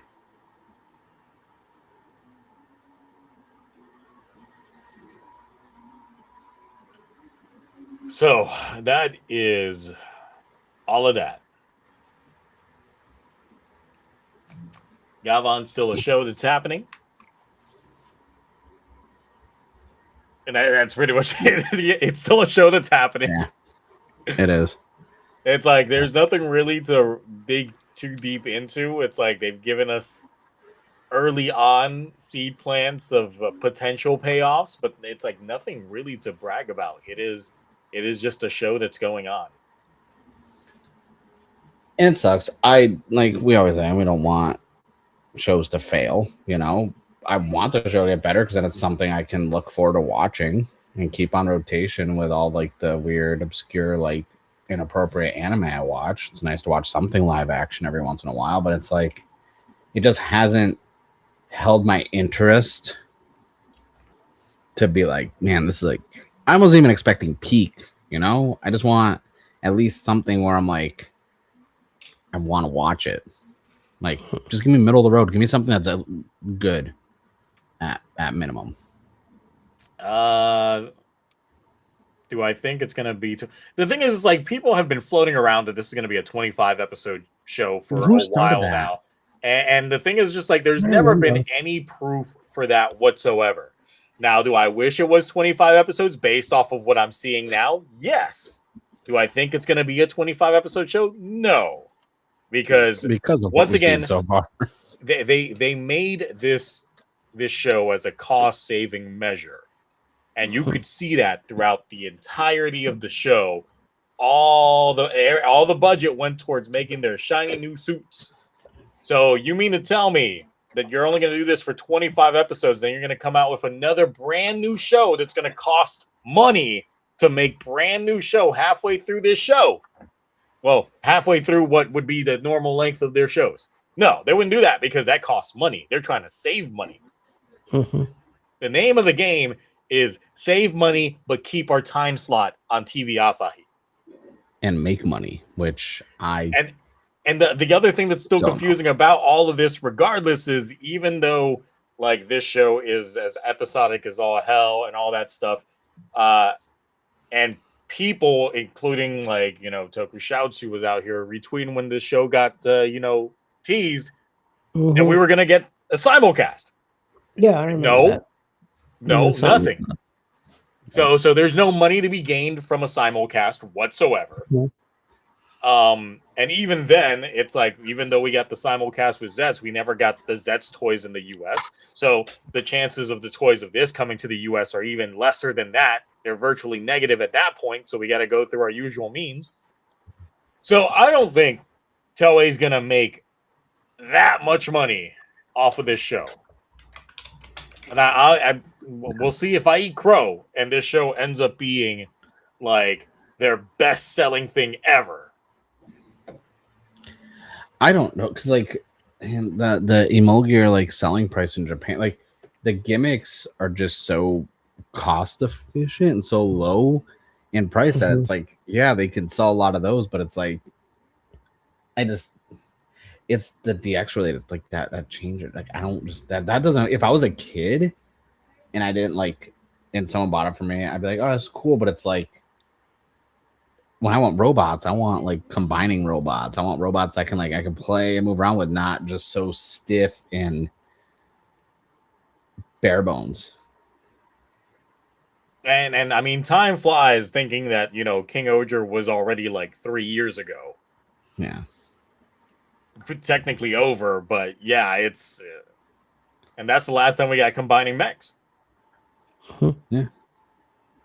Well, no, Boon Boonger had cars that combined. I mean, no, it was still base Bungerio, and then... and they were just attaching. I know. Someone said that in chat earlier. I didn't want to scroll back up, where someone said we were hating on the Boon Boonger Robo. And I was like, I don't I don't remember ever hating on that toy. I like my Boom Boom Robo. You have the See, SMP. when I got the Boom Boom I like Killer Robo, Boom Boom. which is the same thing, Yeah. just painted differently, I still I didn't have like that it too. because it I was have the candy toy one for that. because it is once again zero articulation. It's just the brick. Once you transform it, you can't really do much with it. Yeah. And then obviously once we got Also like Mega Sword, same shit.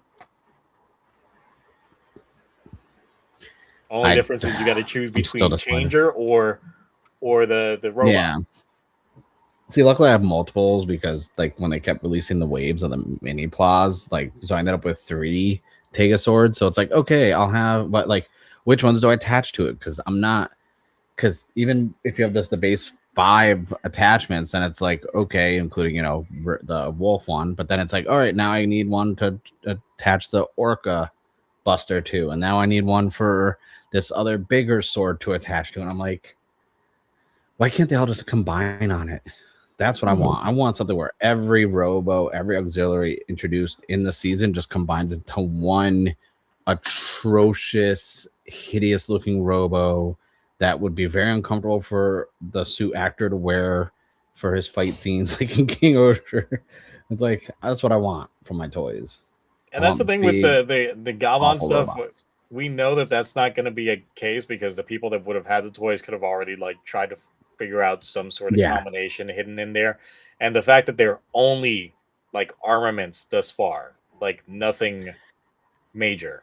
The only thing I could see is like having the drill attachment on the right arm of it, and then maybe putting the weird crane one on the left side, but then because just like with the Tegasword and this and that, the head central area changes based on which one's attached to it. So then it would just look weird being like, okay, left arm green, right arm yellow, but he's really just holding a weapon. And then it's like, okay, well, what color are you going to use on the head? And then it just looks awkward.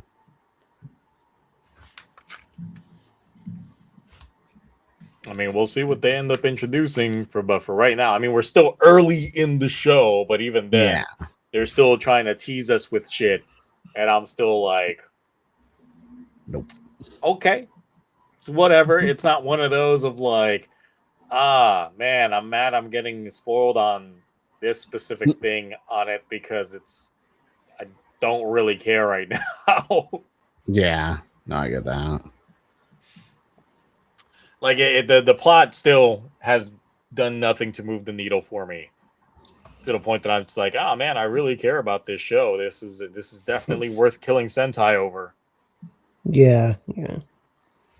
Like it's like Zet's right now, where not a lot of people are talking about it as well, unless something crazy is going to happen or there's like a suit reveal. Then people will start talking about Gavan, but I don't think a lot of people are talking about it online. I mean, that's usually part of the reason why I hate the social media scene when it comes to Toku is they only care for next new suit. Yeah, that is true. That is true. That is always the case. So the second we got a Sentai team revealed, cool. I can't wait to see the 6th. Once we got the 6th reveal, great. I can't wait to see the power-ups. It's like, bro, the 6th just got revealed. It's like, great. I can't wait to see the final Gatai. It's like, great. I can't wait to see the next the next season.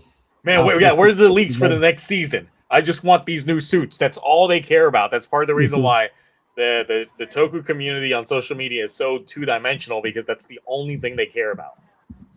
I put the link in the private one so you could see what the G3, Agito, and who's the third, and Gills look like for the Gandhi toys. They don't look bad. I mean, obviously I'm gonna pick them up because I buy all of them, but yeah, I don't gauge how shows are doing based on social media, especially when it comes to like Toku stuff, because it's like, okay, new suits, here's some scans, here's some rumors. Oh, this person said something on their stream, let's go after them. Then it's like, okay, now let's go back to scans, this and that. And it's like, oh, who do we not like, right? And it's like, luckily my algorithm has been completely just reworked into horror movies, dinosaurs, and pickles. Yeah. Okay, that's a I'm Because not apparently surprised. everywhere but the US, their KFC have a pickle menu right now. And they did a jacket, like one of those like puffer jackets that were see-through and had pickles in the vinegar and everything all throughout the suit and jacket. And I'm like, okay, so KFC just released that as a promotional thing, but you can't buy it, and then they don't even have it in the US. So I'm like, how am I supposed to get this jacket?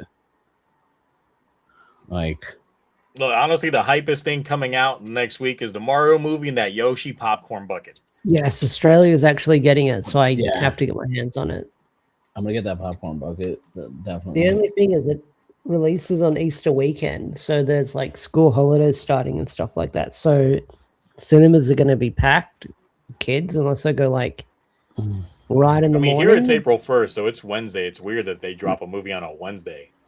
Yeah. Yeah. Well, so I'm just gonna go to an AM get showing because the AM showings are cheaper. I'm like, yeah, I'll just go to the 11:30. Well, I got the whatchamacallit, that weird like Regal, like the cinema club thing, and it's like $20 a month, and you can just go to unlimited movies. Like me and my wife got that because I go to a lot of movies. Because why not? Popcorn bucket. If I'm going there to buy a popcorn bucket, I might as well watch a movie while I'm there. Now, how was Project Hail Mary? I have not seen that yet because honestly, everybody's seen it. I know. Well, see, the trailer actually did nothing for me. Like I was like, I was like, it looks okay, I guess. I don't know. Something about it just didn't really like wow me. I did see Undertone like 3 times though. Undertone was good if you like horror movies, especially a horror movie that's just from the point of view of 2 people talking on a podcast. And then we have a dinosaur movie coming out with Ewan McGregor, and I was like, I didn't know about that one. Yeah, apparently it's from like J.J. Abrams is producing it, so everyone's making the jokes that it's going to be basically another Cloverfield movie. But it looks pretty cool where this whole street ends up just like something happens, and now the street just ends, but then there's like dinosaurs around them. And Ryan Gosling. I'm okay with seeing the movie because he's actually a really good actor. Something about it just seemed very meh. And honestly, after like seeing Interstellar in IMAX in 60mm, it's like I don't care about anything that's space related. Like Interstellar kind of like ruined space movies for me.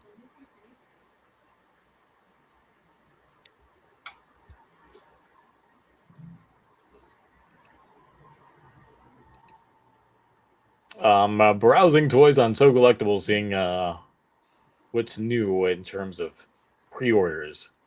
The Ultra Replica Mebius brace, the Ultra Brothers edition for the Mebius Infinity is up, coming out September. Yeah. Action Control DX Henshin Belt Sunriser from Black RX. It looks a little bit more rounded than I thought. I always thought that belt was more rectangular. Square. Yeah, but from the looks of this toy, I'm like they definitely rounded the shape a little bit. You're just gonna gloss over the first thing I was typed, the Sally Whitemane 1/3 scale silicone statue. Yes.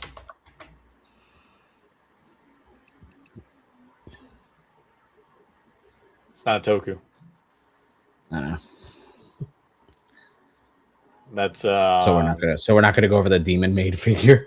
No, it did catch my eye though. I won't lie on that one. That one did catch my eye. I wonder why, because it caught my eye too. 2 things did. I was like, that's a nice. More like the thing in the middle caught my eye. There's a window, and then if you go a little bit further down, and you see the Chili-chan succubus. Yeah. Oh, they're getting the D-Arc is getting the 25th anniversary color edition. I kind of want one. I've always wanted this one, but I'll get it from that. Oh, the D-Arc or the D whatever. Because the cards you could swipe. Yeah. Well, they're gonna there's there's like a Digimon shop that gets them, and I think they have it for less. ZNTC. Yeah, that's the one. Yeah, that's the one that I go to for Digimon stuff. There's one that reached out to me for a sponsor collab. But I haven't got back to them. Pardon? Should get back to them and then tell me what they give you, and then you can give me all the Well, secrets. yeah. Except I have to make one of those videos where I have to tell them how they can buy stuff from them, and I'm fucking too lazy to make a video like to show people where to buy the store. You know what? Dixie 360 would make the video. Dixie 360 would make the video. Yeah. Is that some sort of a thing that's been going on? Yeah. Some weird looking dude who spits and sweats a lot. Call him Dixie 360. And he thinks he's in a wheelchair. Everyone thinks I'm in a wheelchair. Even I mean, you have wheels on the bottom of your chair. Can you show us that it is indeed Good Friday and he has risen by standing up for us? Can you do it? No, my legs hurt. Oh no! I guess he's stuck to the chair. I'm stuck. And we thought we could make Jesus come back. Yeah. This was the one and only chance. Isn't Good Friday? Isn't Good Friday next Friday? Yeah, it's next Friday. You have to wait till next Friday. It's the wrong Friday.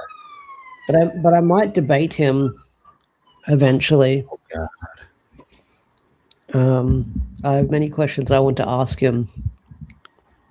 Many questions I want to know. But yeah. It's about paying for stuff. Maybe. That's about the ladies of the night. Yeah. This guy outwardly admitted on a stream that like he consistently is a buyer of that stuff. Yes, but a specific entry method. Yeah. And I was like, some people just no, Gekimon, it's not. I'm just like, people need to like learn, like need media training. It's like you don't say things on the internet. Like that's why I kind of toned back talking about tokullectibles pricing, because they got the SMP RV Robo for $105 when it's a $53 like SMP release in Japan. That's double the price. Ew, gross. That's horrible. No, that's apparently is it VRV Rescue? Is that the next one from Car Ranger? RV Rescue, I think. Yeah, that's the next one that's getting announced. And I was like, you know what? I get those. Because I like the RV Robo. Jeez, I went through all the pre-orders. There's not much on tokullectibles for new pre-orders because we streamed, 3 weeks ago? And there's only 4 new pages of pre-orders. No, but this 1/6 figure of Sagittarius Ranger that's just, someone from Grand Caesar. I'm just like, ooh, this looks nice. I have something to show you, and you will be excited about this. Good. Now, I have to preface this, Leo. I'm putting in the private chat. This is a toy announcement that I think you will like. We both share a certain appreciation for the show, but I will not tell you the price until after you look at it. All those come in one big nice box. I mean, doesn't this link says $220? Oh, it says it on it. Oh, yeah, it says it. It says it right there on it. The original one I had didn't say it. It didn't say it on the other one that I was supposed to send because I liked 2 of them and I accidentally. But yeah, that's a neat set because it's all of them and I like that box because anyone who likes Beast Wars, just a Predacon set, that's cool. I like that. And apparently there's going to be a Maximal set also, but no one cares about them. Except for like Rhinox and Cheetor. As long as they fix some of the toys that they had for the re-releases. Oh no, they don't. It's the same shit. Because I was about to say, like, I got most of these back when they were like doing them, like because of the the Transformers War for Cybertron trilogy. Oh, and when yeah. they hit that third part that was the Beast Wars one. Then they started re-releasing a lot of the Beast Wars toy. I started buying up almost as many as I could. I bought the re-releases that were in like the retro packaging at Walmart. I like when they, like I did the same thing when they were doing the Jurassic Park ones like a year or two ago. The only downside is like I wish we would get like the Noor molds they use for Transformers with the Beast Wars re-releases, because some of the Noor molding and stuff they do with them is crazy. But also I don't want to pay that price point. Like that set I might get just because I don't have any of my originals. And then from a re-release standpoint, they only did what? Rat Trap, Cheetor, obviously Optimus Primal and Megatron. Yep. I don't think they didn't really go too deep with the re-releases for Beast Wars. Looking at the ones that I got, at least are you talking about either the War for Cybertron versions of them or the re-release of the classic? The re-releases and the retro classic box ones.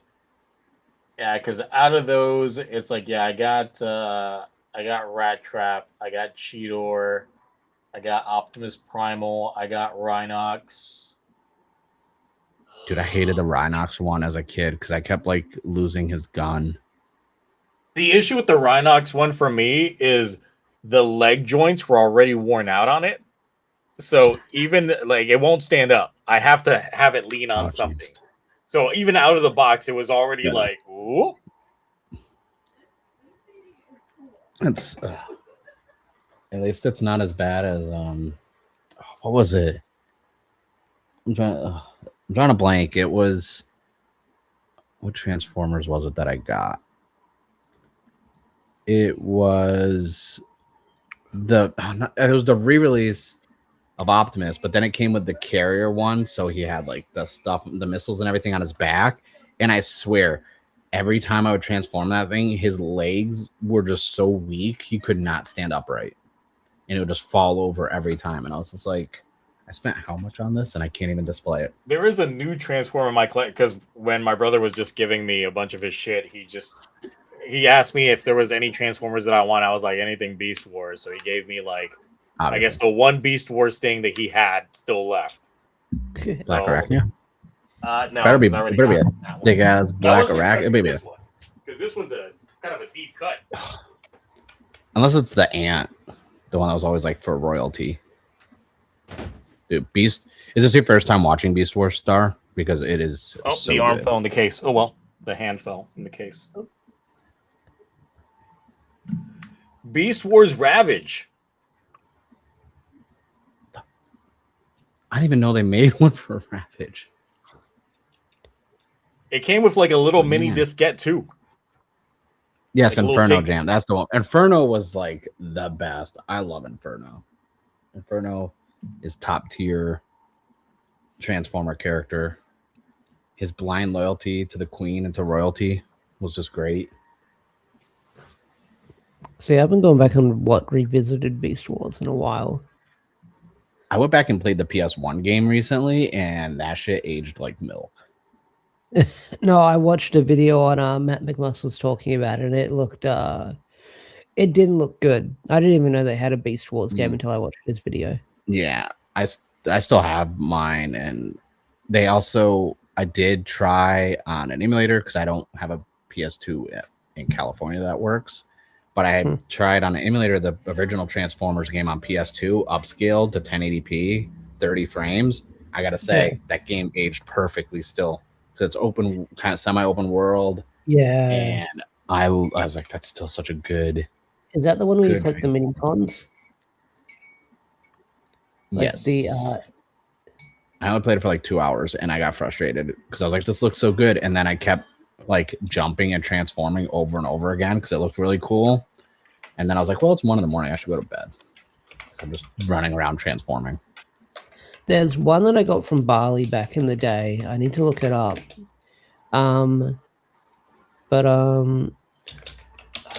Where is it? It's Transformers like G1. I think it's Transformers Call of the Future. I'm going to the wiki now, but basically it's like, I think it was like a Dynasty Wars, like kind of like Transformers game. They made a Dynasty Warriors freaking Transformers game? It felt like it. You might have to look up gameplay for it. I'll see if I can find it. I have to look it up. Because I need to find the next new thing, because I don't think I'm gonna find the last 3 to 4 Toku video games physical that I need to complete my Toku video game collection. So I need something new to collect. I'm like running out of things. Like I started going to Miniso because they opened like a full size retail store one, not a mall one. So I started buying Gundam blind boxes. That's how you know it's bad. And these are like $20 each. And I was like, I need okay, listen. This the Euro blind boxes. Look how good this looks. Looks how good this looks though. That was good. It's an SD. I don't care for SD Gundams. It's not it's not a model kit. It's just that's the I mean, it's still an SD. It's still I know, but it's I know. I want the Zaku too, because you know, I have that weird obsession with Zaku 2s for some reason where I have a whole shelf dedicated to them. I don't know why. I do. It's just something about Zaku 2s. I had a friend like that. He got all the master grade Zakus. Yeah. I got the Hello Kitty clear color ST Zaku 2s finally at the Bandai store out here. So I was like, yeah, because they hate to see me at the San Diego Bandai flagship store when I will come in, because the security guard knows me now, and he's just like, you know, we didn't get any new kits. And I'm like, that's cool, because I still have a backlog that I'm just adding to, so I don't need brand new releases. I'm still buying old stuff that I'm not going to build for the next 5 years. I'm trying to find gameplay of this game, but I can barely find anything. Because they haven't really been doing any Kamen Rider ones. I'm going to look it up. I'll look up Transformers Dynasty Warrior. They still haven't been releasing any Kamen Rider model kits. Future. Okay, I'm going to look that up now. Because we talked about it. We talked about the 01. Yeah, well, we talked about the 01 metal build kit that's coming out, but that hasn't been released. Because I was thinking about what Toku stuff is actually like coming out. I mean, how are the figurized standard? Have they not like announced any new figurized standard ones in a bit? No, I thought they were gonna, because they did entry grade. They did like the entry grade ones for Saber and 01. Then their big announcement for 01 was they were doing the metal build one, which is going to be expensive.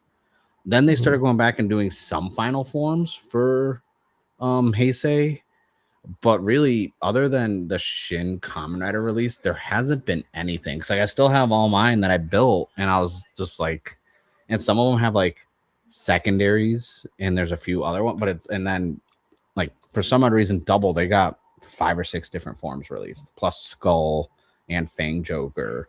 But then Kuga had 3 different releases for different, you know, like burning. I see that. The newest one that just released this last month is Kamen Rider Ichigo.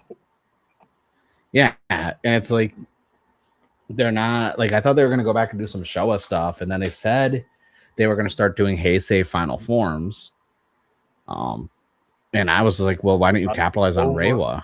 There was over a year gap between the 01 release that was in January of 2025 and then like the Ichigo kit that just released 6 days ago. That is crazy. Yeah. There's no like it's just fun. Like they were releasing them like crazy because it seemed like Drive, Gaim, Wizard, and then Wizard was before all those. Then it was like Drive, it was Gaim, and then the last one they released was Kiva was the final of the finishing out Heisei. And then they were like, yeah, and then they hinted in one of their streams that the next thing was gonna be final forms. But previous to this, we already had Kuga and I think Agito's final forms. I know Kuga got his final form, and I was just like, okay, well, why are there no more? Like, this is why I'm not getting into a lot of toy lines anymore from Bandai, because it's like, I want the final forms. You said you're going to give me final forms. I have all the Heisei models built. So I'm just like, it went from consistently every 2 to 3 months, one release coming out to none. And I feel like Bandai is just like all over the place. It's kind of like with the blockies. They released like 3 or 4 sets for Kamen Rider. But of the 3 sets, they have different types. So it's like 2 of the sets were like taller figures like this, and the other 2 were like smaller. And I'm like, but you're not releasing these Kamen Riders in the same height ones. Like all the Ultramans are the same height. All the Super Sentai ones they've been releasing have been the same height, but they try and do like 3 or 4 different types, and it works for Transformers for them, but it doesn't work with like toys for live action shows. So I'm just like, I need something, because without like Kamen Rider, like I think I'm kind of like, other than the Sotos, I'm not. And like when the main belt comes out, I'm not buying gimmicks anymore. So I really have nothing to purchase for Super Sentai, especially with a 3-month gap between candy toys. It's like, I mean, look, I already know that you spent a lot of money this year already. I know I haven't. This is definitely my dry spell of years when it comes to, like, I thought I didn't spend a lot of money last year. I think I'm going to definitely not spend a lot of money this year. Well, I mean, the blade helmet counts. Then I think, no, that's I got last year. Did I, or did I get it delivered this year? I don't know when I got delivered. And then all the SMPs I've been buying, because like I also got the V-Rex pre-ordered. I got the King Brachion clear color on the way. I got the RV Robo pre-ordered. I picked up all the Magi Ranger ones. So Magi King, Wool Kaiser, Old Kaiser. I did just pick up, it was Gatai something. I'm bad with the names because there's too many letters and vowels in them. But I was like, I want it, and I don't. It was the Ryusai Gatai Victory Mars SMP, and that was like 130. That's what I get for not pre-ordering. Yeah, I think the only other pre-order that I've got that hasn't been released yet is just the Omega Slugger, the Memorial one.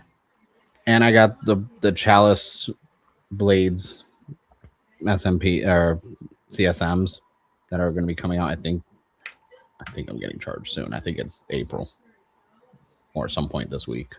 And actually, seeing now that there's the pre-order for the Ultra Replica Mebius brace, I might end up spending more money on Ultraman this year than any of the other Tokus. I'm torn on getting that because I watched the Mebius. It's really good. So people can stop commenting on the video saying I've never seen Ultraman before, because I put it in, I did not finish it as a category, and they said, oh, you've finished Mebius, you've never seen Ultraman, whereas I've seen more Ultraman than a lot of people. I want this only because this is how memorials should be done. They should come with display stands. So one thing I hate about the Super Sentai memorials is most of the time they don't come with display stands or a way to display them with it. And I do like that Mebius brace, but that tokullectibles 135 is a steep price.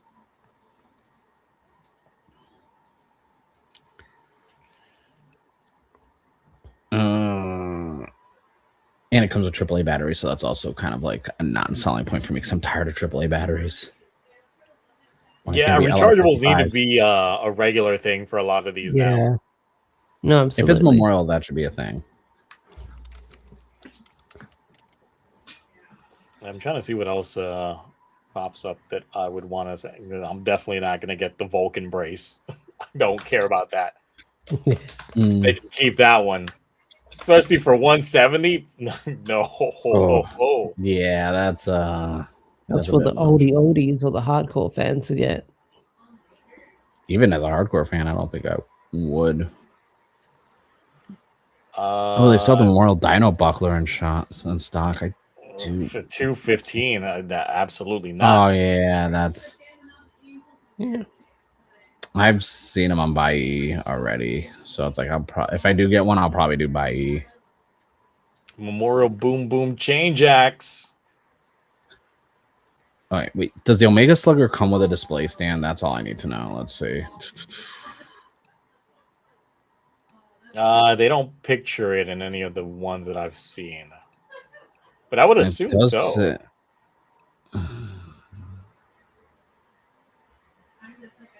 Because I like the way it looks, but there's outside of one coming with them, I don't think there's anything you could just go to the store and buy that's going to have that like properly displayed. It's called your without wall. a 3D printer. I Just rent. lean it up against it. That's it. I was leaning.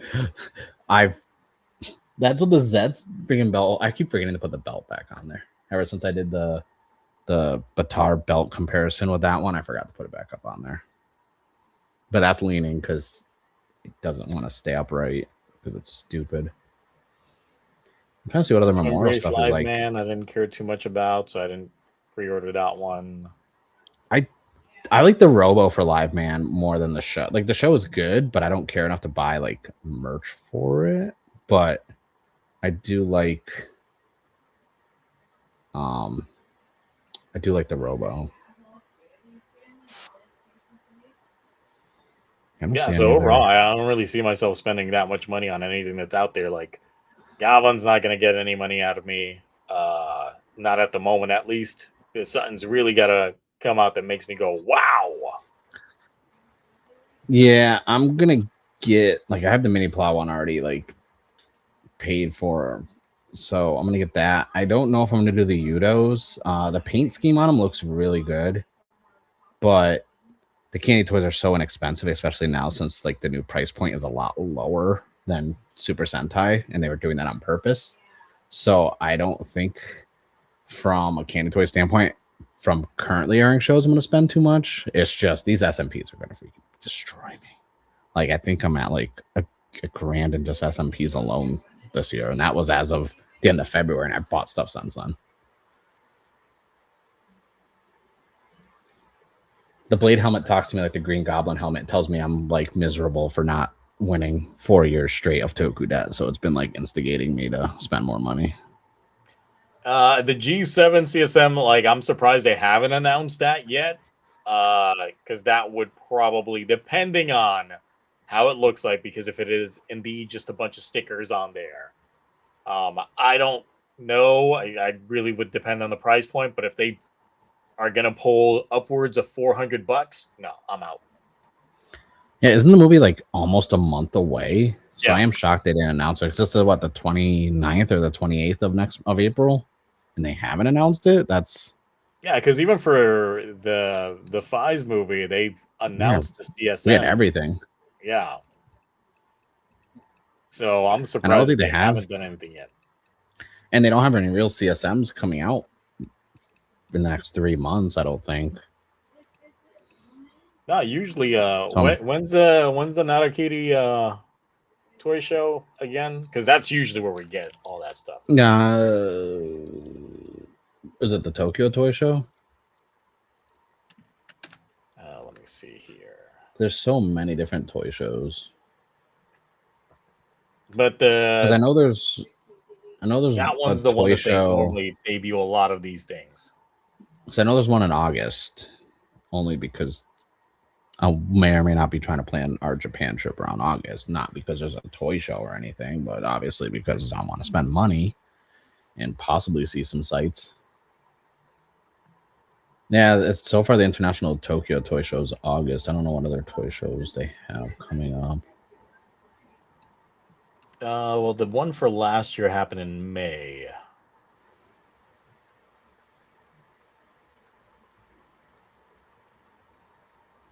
Let's see. The last CSM is just the Kuga one again for the 25th anniversary. Yeah. I don't know. That's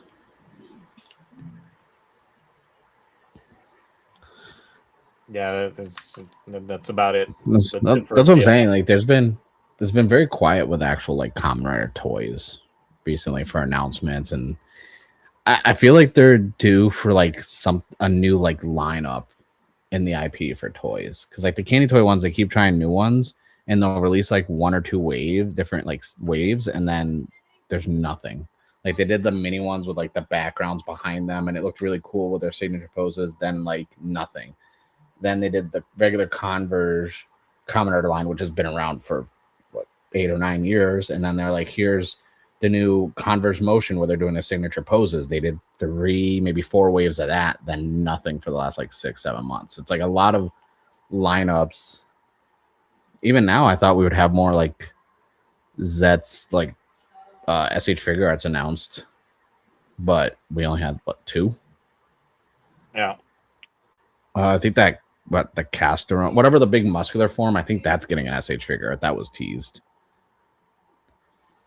DX first, then CSM. That's how Black Sun. No, Black Sun came out with the CSM first, and then the DX came out afterwards because people were like sticker shocked. So they released and they promoted the shit DX out of those CSMs. Yeah, with those magic, put your fingers in here to put it back, and then nothing's automated. You just put it back into place. Pop it. Yep. Yeah, those CSMs got me so hyped. Those CSMs got me so hyped for Black Sun. And then the show came out. And you haven't seen it yet? Nope. I have merch for a show I've never finished. But that's the thing, is like that is still like one of the like gold standards to CSMs are those belts. Because I mean, I don't have the Black Sun one, but I've got the Shadow Moon one, and the Shadow Moon one is very, very nice. And then I think the only thing else that comes close to it would just be like obviously the next Fies gear, just because of the touchscreen functionality that it has in there. But in terms of just the cool factor of the belt doing everything that it's doing, those are still the gold standard. I know that's up there, like not just CSM, but like Toku toys in general. The Shadow Moon CSM's up there. I still think the Imagination belt is still up there for me. I still like that. I still wish we had more keys for it and stuff like that, because I think that was a missed opportunity to have more stuff released for it. Oh no, I still really like that belt as well. That's still one of my rewatch videos that people still keep watching. Is that it still review pops up, and every once in a while I get comments on it, and then even like the short videos I put up where people are like, are there other Disney character keys? I'm like, no, I showed them all. That's all that came with it. They didn't release more gimmicks. Yep. They should have. I'm trying to think what else. No one tried hacking it up there. No. I kind of biasly want to say the Blade CSM, but I still don't understand why they would give us that stupid projector that would go out. That's like infrared linked with the belt to project the card, but it has to be on a wall. So you're implying I have to run through a wall to henshin like the Kool-Aid Man, when in the show it would be out in the open. Like that was still just, it's a cool little neat addition, but it was unnecessary to have. The thing that I wish with the Blade CSM stuff is I wish that it would actually read the cards as opposed to, because when I got the Rouser with it, obviously, and tried doing like it automatically knows what I'm doing, even though I'm not using that same combination. The weapons and everything else, the DX ones, will read the individual cards though, which is funny. The absorber, no, because that's only for like your flush and everything else, but like the actual sword, Garen's gun, even Langle's staff, like it will read all the cards and have the audio for them. And I'm like, how is this on the DX stuff? And like, not on the CSMs that you should have been getting that. But already. The DX ones are so fragile, because like I had to rebuy my Garen belt, because my DX Garen belt, because the strap has to stay attached and because it locks in to start the audio for it, like the henshin jingle.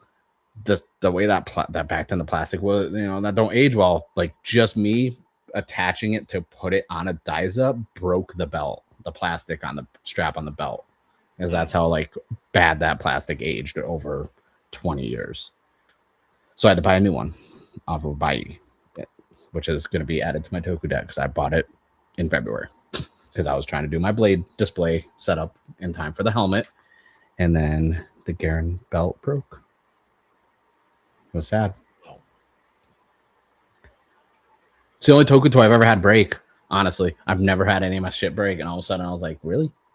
It couldn't be like the Sengoku driver. It has to be something Blade related. Like it couldn't be something from Build or Gaim or. Well, to be fair, the Sengoku driver, like that little sword pops off like nothing, but you can just pop it back in. Yeah. but not a whole strap. Like I didn't even like bend it much. I literally just curved it around the dies and locked it in, and it just snapped. Yeah, my DX Kiva belt, because the way that the belt is actually molded into it, like it doesn't detach like the way the new ones do. After several years, like I tried putting that thing, snap. My DX plastic too Kiva fragile belt, it's still in the box because I saw how fragile. Like if you want to buy E, I don't know now. Last time I was looking up Kiva stuff, like a little bit over a year ago, a lot of people were like, doesn't work, it's broken. So like stuff was like dirt cheap, and like, yeah, if you want to be able to just display it and not play with it, it's fine. And I even thought about it. I was like, well, if I just want to display, I can keep my working one in the box because it's not going to play with it and it's just going to be on display. But then I was like, yeah, but what if I want to like turn it on and hear sounds? And because they were selling broken ones for under $20, and they're still like really good. It was just the belt pieces and stuff not working. So instead I bought the CSM because you sold me on the CSM one. I'm easily swayed to buy stuff, honestly. I mean, I still like the individual like key vats. I'm just not a big fan of the belt for like what they did with the CSM, because it's still using the mold for the DX. Because you can tell based off of the show and versus what you're gonna have on there, it's like it's not big enough. But you know, if they release like a CSM or like a proper show accurate size of say like the Zets belt, I might get it, because that's my biggest issue right now with that. Like I don't want to get any of the other belts for it just because I know what size I'm gonna get. Yeah. So if I could get one that's meant for adults, sure. Yeah. I mean, or just 3D print a mold one that has the spots for electronics. Just put the electronics in it. And listen, Omar, can you talk about the Lord 6 Soto crash out you had? No, that's fine. It's stupid. I crashed out again because I was just like, this is the stupidest thing ever. You have female molds. You released Aguilera. You released all these female ones. You're bragging about how you changed the molds for Super Sentai Yudos to have male and females. And all of a sudden you're like, we're just going to keep her 6'3", like same size as the dudes. We have the mold for it, but we're not going to do it because they're pieces they're lazy. Freaking lazy. I have the Sotos right here, and I got halfway through one. I haven't even finished. I've had them for like a week. I'm just like, so many stickers. I'm burnt out on Sotos because I buy these because I can have every form and they're accurate to the show. And then they stop giving me accurate shows. They start excluding forms. I didn't like Gotchard, but we didn't get the cool Lightning Thunder Mecha one. It's like, but you like building Zaku 2s. I do. This is the same thing. Listen, it's different. It's Gundam. It's not. It is it's not. Gundam. Okay, Gundam. It's not. I've had a longer relationship with Gundam than. Look, even as much as I like the frame series of Gundam, like after buying 3 of them, I was like, I think I'm good. I don't need to buy any more of these. It's the same. The G frame line is so obnoxious. I have a bunch of them, and I thought it'd be a great idea. I'll just get the G frames because when Target started carrying them, I was like, oh, $13, and the boxes are combined. Whereas when you go to Japan or this and that, they're 2 different boxes where you got to buy the frame and the armor pieces. I was like, what's convenient for me? And I was like, I'll just hit them with a Gundam marker, a little Gundam paint, get some detail on them. And then after 5 or 6 of them, I was like, I hate this line. I hate the G frame line so much. I hate it. And then I tried the MG SD line, the master grade like SD Gundams, and they released like 2. And then they're like, okay, now we're gonna give you Barbados. I'm like, you have this history of Gundam to pick from, and you're just like, here's some Barbados, and I'm like, fuck Barbados. Like, I don't want that around it. I'm tired of everything being iron-blooded orphans. Like, it's not a bad show, but can't get Unicorn Banshee Norn, can't get none of these. No destroyer mode. Like, just I mean, I haven't cared about buying Gunpla in forever now, so I still have so many unbuilt ones in my closet. So Yeah, I'm sitting on way too many, especially because I did buy like 2 perfect grades last year. So, and I haven't built them, but it was like they were the last ones in stock. So I'm like, well, that's a good and they were on sale. So I was like, well, I gotta get them. They're on sale. Like they're the last one in stock. Like I'm not gonna get them for this price. What if I want one like a couple years from now and I want to build it? I might as well get it now. And they had handles on the box, so it was easy for me to carry it out of the store after I paid for it. Yep. No doubt from the one perfect grade I got. Cool. Well, I think we've talked out all the subject matter that we had, unless chat has any other subject that we haven't addressed. I was trying to kill time because I don't know where Ash went. No. He had to hide the fact that he could walk. Yeah. That and I had to hang up and I went to hang up my laundry real quick, and I realized like my indoor clothes hanger that I use, because I used it outside for the longest time, like the rust has like eaten the inside of one of the legs, and it looks like it's barely hanging up. So I'm gonna get one dryer. Sure. One of the Sure, it wasn't a spider that No, was I've got a dryer. But being Australian, I want to consume power and not use it. I assume the spider carried you power? away. I don't want to consume power. I don't want to get a big ass power bill for using the dryer. Is it that big in terms of power bill? I don't know. We'll see. Okay. But I'll probably. I mean, I don't think my power bill is that big from using a dryer, but okay. I thought dryers are like energy saving.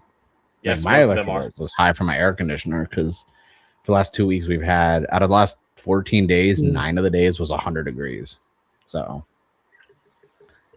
speaking of Gavan, I would find it hilarious if the mini plow they release of the Gavan is the same size as the mecha you got. It's like this. It's like, meh, there we go. But it's the Gavan, so it should technically be this big. So it's like, well, where's the thing? Hold on. This is like the little thing that goes inside each of the ships. So it'd be like this big. Yeah, it's told you. There's a weird toy line. So weird. They'll release the model kit as actually like show accurate. It's a 1-to-1 amp, but you need like a magnifying glass and stuff like that to put it together. It's like, what are you doing? It's like, I'm reviewing the Gavan right here. It's very detailed. And it's still going to be $25. It's still going to be $25. The tariffs are going to and you're going to hate the stickers on that one.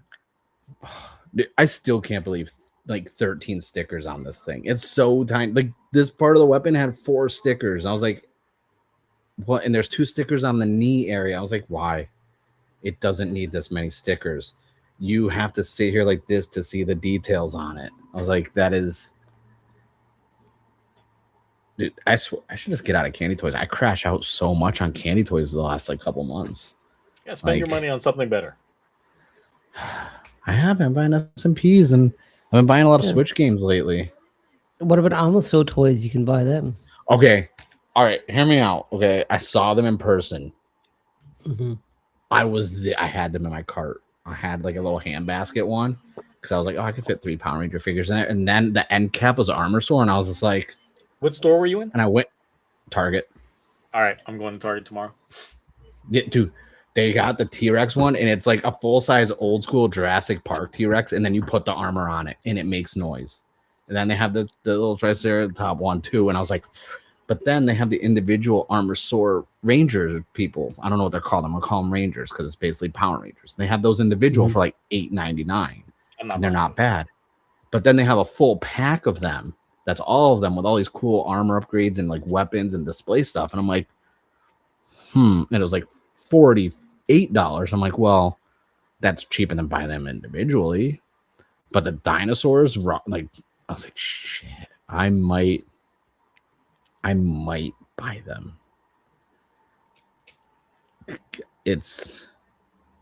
Have you seen them? Armor up. Zio? Have you seen the toys? No, I mean, I've seen the toys, but I haven't seen them in person. That's why I was asking where Target. they're at. I've only seen them at Target, and they're not in the toy aisle. They're usually in an end cap, but not the end cap that faces where you walk. It's like the back of the end cap that's facing like the board games. Okay. Because I've seen them everywhere I've gone right now. And I was just like, and my wife was just like, what's that? And I'm like, I'm just sitting there holding the whole box. And she's like, oh God, it's a dinosaur. You don't need any more dinosaurs. Then she's like, what's it wearing? This is Armor Source. She's like, that show you were watching on Disney Plus? I'm like, yeah. She's like, what's the price? I was like, it's like $50. She's like, that's not that bad. I'm like, well, it's only $44. Not bad. Yeah. It's $44.99. But it's and I was like, and I was like, I kind of want to buy it. She's like, well, it's your money. I'm like, I know it is. And I could buy dinosaurs. But then I was like, I'm gonna wait. Because I feel like, because they had so many, I'm like, I feel like they're gonna go on clearance because no one's buying them. Even though it's putting out the good word that the show's actually good. Ash. Well, it's Ash. Make some videos on it. Stop beefing with people and make some Armor Sword videos. Talk about how good it is. Dixie 360 would make an Armor Sword video. He would. Especially because it's getting another season, so it's obvious that we're gonna get like more merch if people buy it. Yes, I guess I'll buy it all. Stuff out because of the poster. Yeah. Because dinos now. I'm not gonna lie. Now I'm thinking about it, I kind of regret not buying them. They were really cool looking. Like, I'll take a look for myself tomorrow. Yeah. There's something about the texture detail on the dinosaurs themselves. It wasn't like the newer Jurassic Park toys that they've been putting out. It reminds me of like the Jurassic Park toys post Lost World. So where they're kind of like, all right, we're going to like mass produce them. So they're not going to be the best detail, but they're still going to be solid. And it has like the soft plastic around the mouth. So it does kind of, the jowl does have that weird like skin motion to it, which I appreciate when dinosaur toys do that. We're all going to have Armor Sword toys by next Friday's stream. Yep. It's like background. What's that behind you? This whole shelf's gonna be empty. It's just gonna be dinosaurs and Armor Swords. You're like, what's you're that? Gonna have the Armor Sword helmets made, and you're just gonna have. Listen, I was this close to getting. I was like, I think I found an STL file. It might be my bookmarks if you want to try and print one.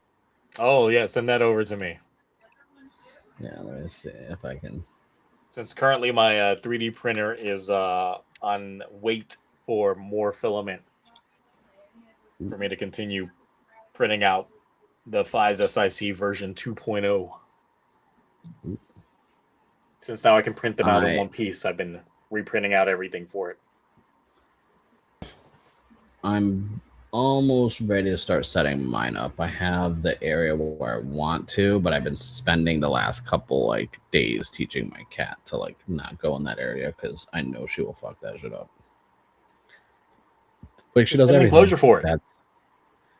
I thought about that, and I was like, I should. It's not. It can't be that expensive. But then it's like, I'm buying too much other stuff. I already know about Mobile Night Police. I've mentioned it in prior streams before.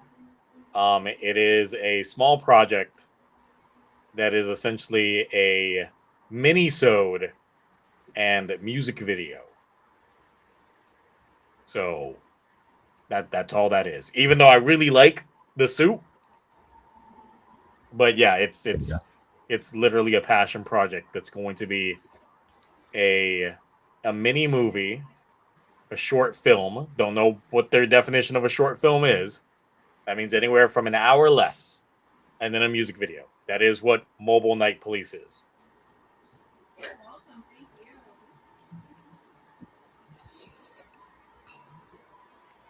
you. I wish we would have gotten something like that as opposed to Gavan.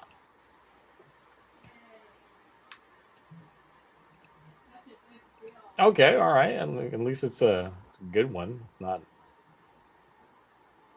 Well, no, I was making faces at you. So my wife got really popular streaming and selling stuff on Whatnot, and she's like in her streaming area, like doing Whatnot stuff for like physical media, and I'm just like, what the hell is she selling?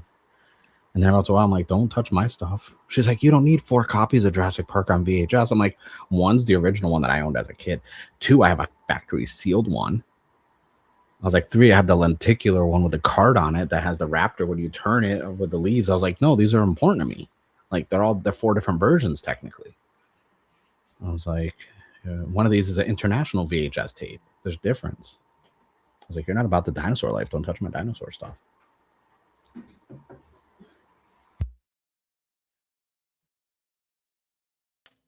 Let's see here.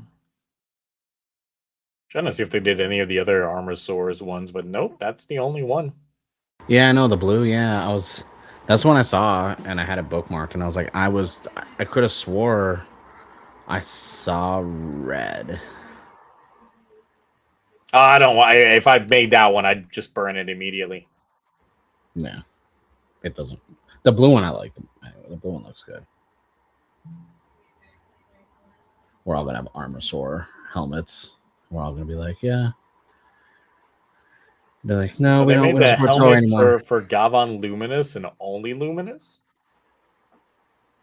It's a weird choice, but okay. For STLs, Yes. there's definitely ones for more because Stickosaurus made, I think, Gavan Infinity. He made Bushido and Luminous, so I think there's that. I know there's STLs for other. Well, I'm talking about from this particular creator. You would have to modify that blue one because it's very basic. It doesn't have the whatever you would put right here. I mean, Yeah, the visor. Probably, yeah, you still. I know, but it's like blue I don't visor. care when the STL files include the visor file because I'm like, I can't print that. I literally need to take plexiglass, heat it up to scorching degrees, shape it, and hope that I can shape it to the correct thing without like I gotta find out how. That's why I like his he vacuums. He does the vacuum trick with them to shape visors. I don't know what he doesn't use. He doesn't use the full plexiglass sometimes. He uses other like some weird stuff that he heats up, and then he has a mold he prints out and puts the clear plastic over it when it's heated up, and then you vacuum seal it so the vacuum pressure pushes it down to shape it to the mold. I forgot what the process is called. I'm gonna have to. I can get you on it. Yeah, because he does that. But I like the visor pieces included because you could print that visor piece to cut the piece to fit that spot, and then. But luckily with this one, it doesn't look like you have to like shape it too much. It only needs to get like that weird little like triangle bend right in the middle of it, and it doesn't need like a full arc on it. Yeah, because right now I've been trying to redo my Fi's helmet right now I'm literally at the visor portion of it, and God, the amount of times I've had to recut and then like reheat up plexiglass and do it over. I do it on a walk just so it has that curvature. Yeah. So right. He has. I know he shows that process a lot in almost all of his videos on his channel. He shows how because he always shows when he makes the visors for them. And then the big thing is just trying to get the color on there to get like the tinted lenses.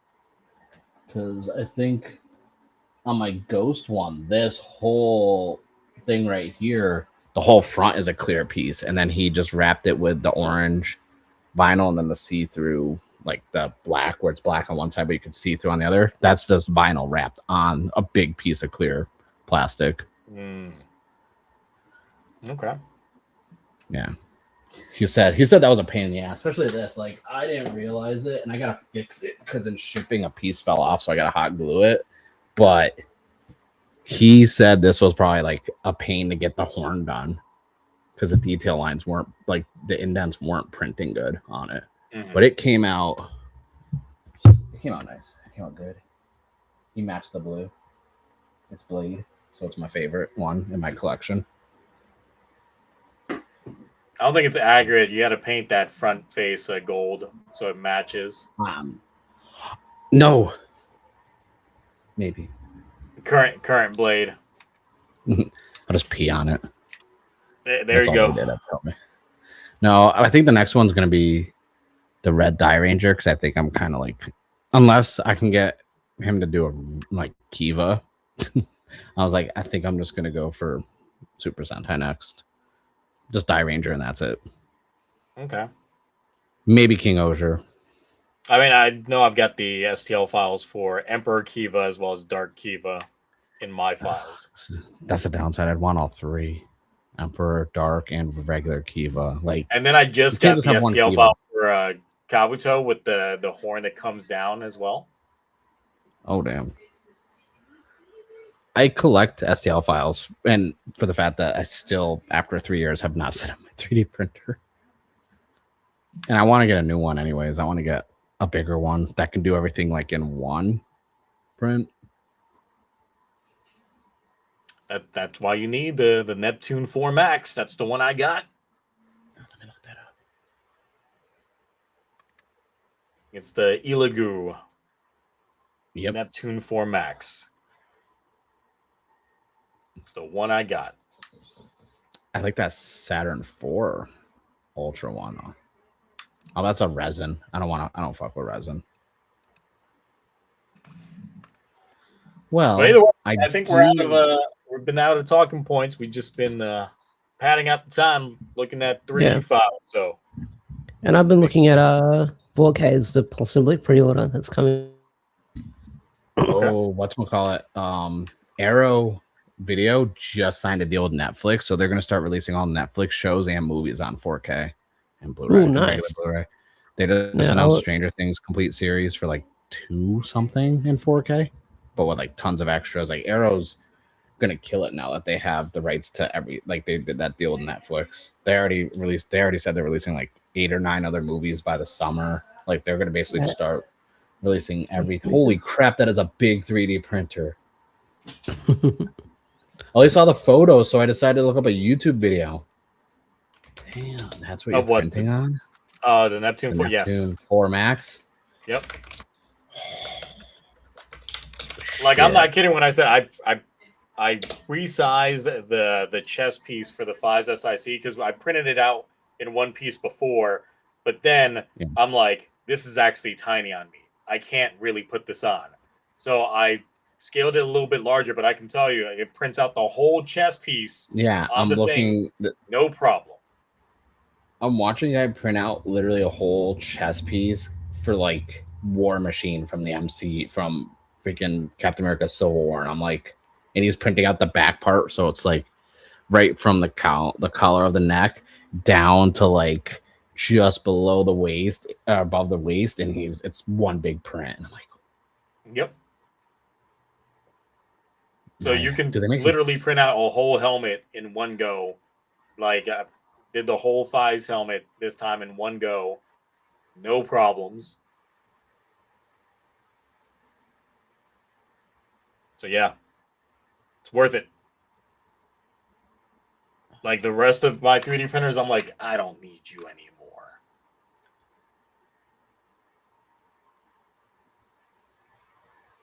And the great thing about it is the feeder automatic, like once it stops, like the filament starts to run out, it'll just pause the print until you change it out. So you don't have to worry about it ever running out mid-print.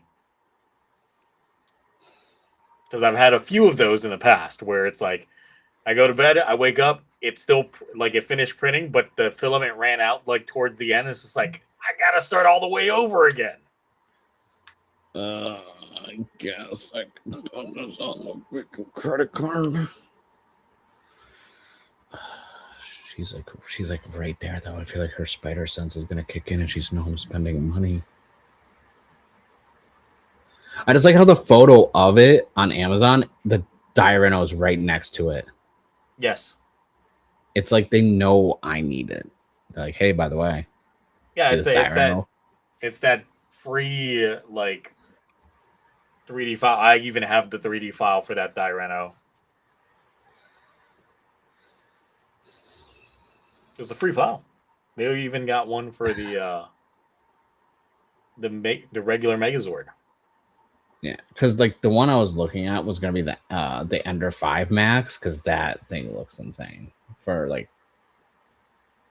and it kind of is a little more enclosed because it has like the 4 pillars on it, and I was like, that's not that bad, but and it's on sale down from 900 to 7. But this is half the cost. Yeah, and it still prints the same sizes. Yes. Yes. So I say go for it. One of us. Shit. And it's got a lot of good ratings, actually. Okay, I'm gonna add it to my list. I'm not. Oh crap! I almost hit auto mistake. Because it has a new thing where it says add to list. Wait, are you on Amazon? Yeah.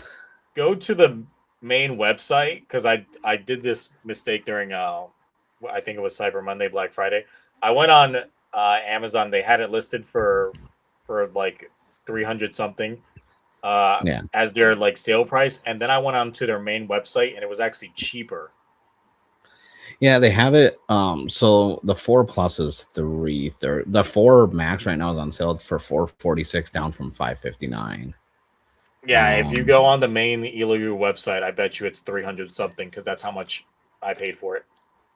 Yeah, it's $389 actually. Ooh. Yeah, so you're better off going off of their main website than Amazon. Yeah, but if I go on Amazon, I can have it by Monday. But are you gonna print something that early? No, sir. I still have my Creative 3 Pro from 3 years ago that I have not printed anything with. Exactly. So save yourself money. Yeah, that's true. I'll save $100 almost. But before we do go, this is a good question, because someone asked, when do you think shipping costs are going to start affecting Toku Toys? Sir, they already have. Yeah. I literally have spent more on tariffs and duties on Toku Toys in the last year than I actually spent on toys. Like, one thing right now in my Bayou warehouse, the shipping with the duties, the customs, tariffs, and everything on it, the shipping is going to be $80. That's more than what I paid for the item. The item I bought is only $35. So the thing is, like, obviously the first wave that we had was inflation was affecting Toku Toys. That, cemented. There was no going down after that happened. Next was the tariffs that increased the price once again, and that cemented. They're not going down, because all these companies are instead trying to sue the federal government so they can get money back off the tariffs, even though we, the consumers, are the ones paying for it. The one paying, yeah. So that's not going to go down. Now, with the cost of oil going up because of the entire shenanigans going off in the Middle East, shipping is going to go up. Mm-hmm. Yes, so now the shipping cost is going to go up because the price of fuel is going to go up, and that's probably going to be one of those that's also going to get cemented, because this is the one thing every time we have these situations happen in the world is these companies will charge you for these things, and they're not going to go down in price until they see people aren't buying them. But if you keep buying them at those inflated prices, then they have a reason to keep selling it to you at those prices, even when everything else drops down. That's the problem with late stage capitalism. Yeah, and just to give you an idea, these 2 items, the Clear Color Diffusion and Dragon Caesar, the shipping alone on these was going to be $42. After customs, duties, tariffs, the shipping went up to $115. $115. So the regular shipping price without anything on it, $35. I think 38. So I'll round up to 40 just to make it easier math. $115 was the total. $75 on top of what I spent, which was more than the price of the Diffusion Clear Color, because for some reason Diffusion Clear Color was cheaper than the Dragon Caesar, even though the Dragon Caesar's in like a lot, not as much. So long story it's short, already affected. Yeah, everything's going to go up, and it's going to continue to rise, even with the quality being as low as they are, and essentially get used to it. The only way that you can prevent these things from being as high as they are is don't buy it. Or find someone who lives in Japan. That doesn't buy it either. So they end up going down in price, because they'll be like, no one's buying our shit. Well, maybe if we lower the price. You know what's funny? Just a side tangent thing. Doritos recently lowered. Frito-Lay recently lowered the price on all their chips because they saw that their sales were actually going down. People were buying less junk food because the price had gotten so high. I mean, have you seen the price of chips recently? That shit's been high. And they recently just went blanket price drop on all their shit just to get people to buy chips again. Meanwhile, Pringles, I'll spend whatever because they got pickle flavored Pringles and they're delicious. Yeah, but Lay's got flaming hot dill pickle Lay's. Wait, what? You didn't know that? No, I sure got an email. Listen, people send me stuff on Instagram DMs about pickle food and on accents that no one has told me about this. It's been out for a few years, my guy. That is rude. That no one told me. I feel slighted, subtly disrespected about it because that sounds amazing, and I wasn't told. Yep, it is a thing. Wait, if you don't know, I'm gonna find those. Although those chicken chips that we're getting at Costco and stuff, I've noticed they're now in like regular grocery stores now, but they're smaller bags, and their smaller bags are more than the large bag at Costco. Yeah, I have other flavors besides buffalo. I didn't know that.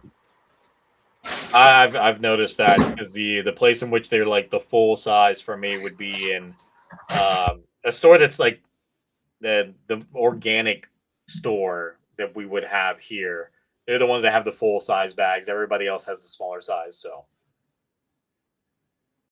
all right, but we answered that question when it came to toys. Yeah, I think that is the last one. Yeah, if you go back, I think you labeled one of the streams about that, and we talked more in depth because that's when we knew like the actual like when they told us the percentage of what the tariffs were going to be and everything else. And I think we spent a good amount of time breaking it down, and then we revisited it again right after it actually took place because we bought stuff and we're like, yeah. I think the big issue now is because of the rising oil costs with the Strait of Hormuz being completely closed off. Is that is another big thing that's just influencing these prices. So everything going on right now is, because the last thing I got from Japan, I noticed the path was different the last two times than how they always work. So it would usually go Japan to Anchorage, then to the LA customs office, then to San Diego. Now it went from like Japan to Alaska to the Midwest, then to LA, then down here. And it was like the same path, 2 different shipments in a row. So I was like, and even then the Japan one went to 3 different spots in Japan before it even left to go to Anchorage. Before it was like the origin point in Japan, then to I think Okinawa or Osaka, and then to Anchorage. So I was like, there's like 4 or 5 extra stops along the way. And I was like looking at a map and I was like, all right, it's going, and I was like, oh, I was like, fuel prices, everything else, it's ruining shipping.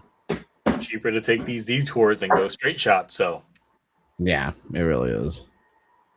All right, but I think that's it. I'm gonna go ahead and call it since we are about to enter that 3-hour mark anyway. Yeah, indeed. So, Ash, what you got going on? Nothing. Besides beef, chicken. But not a lot. Like no new Power Ranger comics this week. I mean, Power Rangers promo is ending the following week. Apparently Kyle is doing a panel at C2E2. I don't know if there's going to be an announcement there or Boom's doing an announcement there. But yeah, there's not a whole lot going on. There's some things I know about, but I can't talk about for the longest time. I'll just say that much. But yeah, not a whole lot going on when it comes to Power Rangers, apart from new comics coming out and no one really cares. You should say it. We're not even streaming, so you should tell us what the secrets are. We're not even live right now. I can see the ticker. I'm not saying it. I don't know. It's because we ended it. It's just frozen. It's fine. I'm falling for that. All right, I just want to let everyone know his wheelchair. His wheelchair is fake. Okay, that's what it is. Nothing. Toy videos. Crashing out about toy videos. been crashing about more toy videos because I don't know what Bandai's doing right now with Toku Toys. They give me a super mini plot that's super mini. They give me Zets figures with too many stickers. That's why I'm not doing like video reviews. Like, people have been commenting like, "Hey," I was like, I haven't like properly reviewed a Toku show in a long time. I think I'm kind of done with that. I'll just stick to my toys and like every once in a while dropping like a long form video because the shows aren't good enough to talk about them every week and review them. Damn. They really aren't. According to IMDb, they peaked at Saber, so listen. Listen, those Zets numbers right now are scary. I don't like when the show's over, I already put a note in my Google reminder to be like, come back and check IMDb when the show's over, because there's way too many 9.5s and 7s on there right now. Like, if you think about it, Zets will be the highest rated, because I started looking at some Heisei stuff on there. That means Zets would be the highest rated show in like 20 years. It's probably just because it has more eyes on it, because literally the amount of people that are voting on those episodes are more so. But I saw I saw the numbers on the YouTube channel. I don't know about more views on that. But I mean, more people are watching that than they were seeing the previous Rider seasons. So. Oh, I know, but it's just crazy from when you think of the standpoint of the number of people saying it's high. All right, cool. And I got nothing besides I got the Twitch streams and the Discord streams, and we were watching all the Rurouni Kenshin movies. Only the first two so far. And we're watching all the scary movies. Only the first two so far. But we'll get to the rest of it. There's only 2 scary movies. I was gonna say after the third one is when it started going downhill. I mean, I haven't seen anything beyond Scary Movie 2. So for obvious reasons. That's good. You might enjoy Free. I enjoyed Free when I was like a teenager at the time when it came out.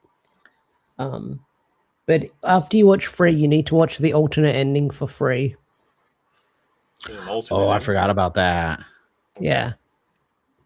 Well, I'll see if the ones I've acquired has that. Even though you can look it up on YouTube, it's out there. Yeah, it's on. It's on there. It resurfaced on Twitter. Someone said Free is when it dipped. Yeah, Free is when it dipped because the Wayland brothers lost the rights to the movies, and they stole that idea. Yeah, and then they took some of their ideas, and then he made the haunted house, which had some of the stuff that he was originally going to do for Scary Movie 3 and 4. And then we started having all that terrible era of parody movies.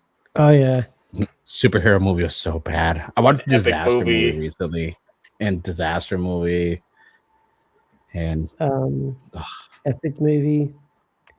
Yep. And then there's like the parody of the parody movies, like the Drunken Hunger Games. Oh, the worst is the Hunger Pains. That's still my favorite. And Breaking Fart, which was a Twilight spoof one. That one was hilarious. It was Breaking Wind. There was like another vampire one. I think it was like Vampires Suck. It was called Vampires Suck. Yeah, that was. But yes, that is it. So we'll cap it off at that. Until next time that there's news, we will catch you then. Bye. Bye.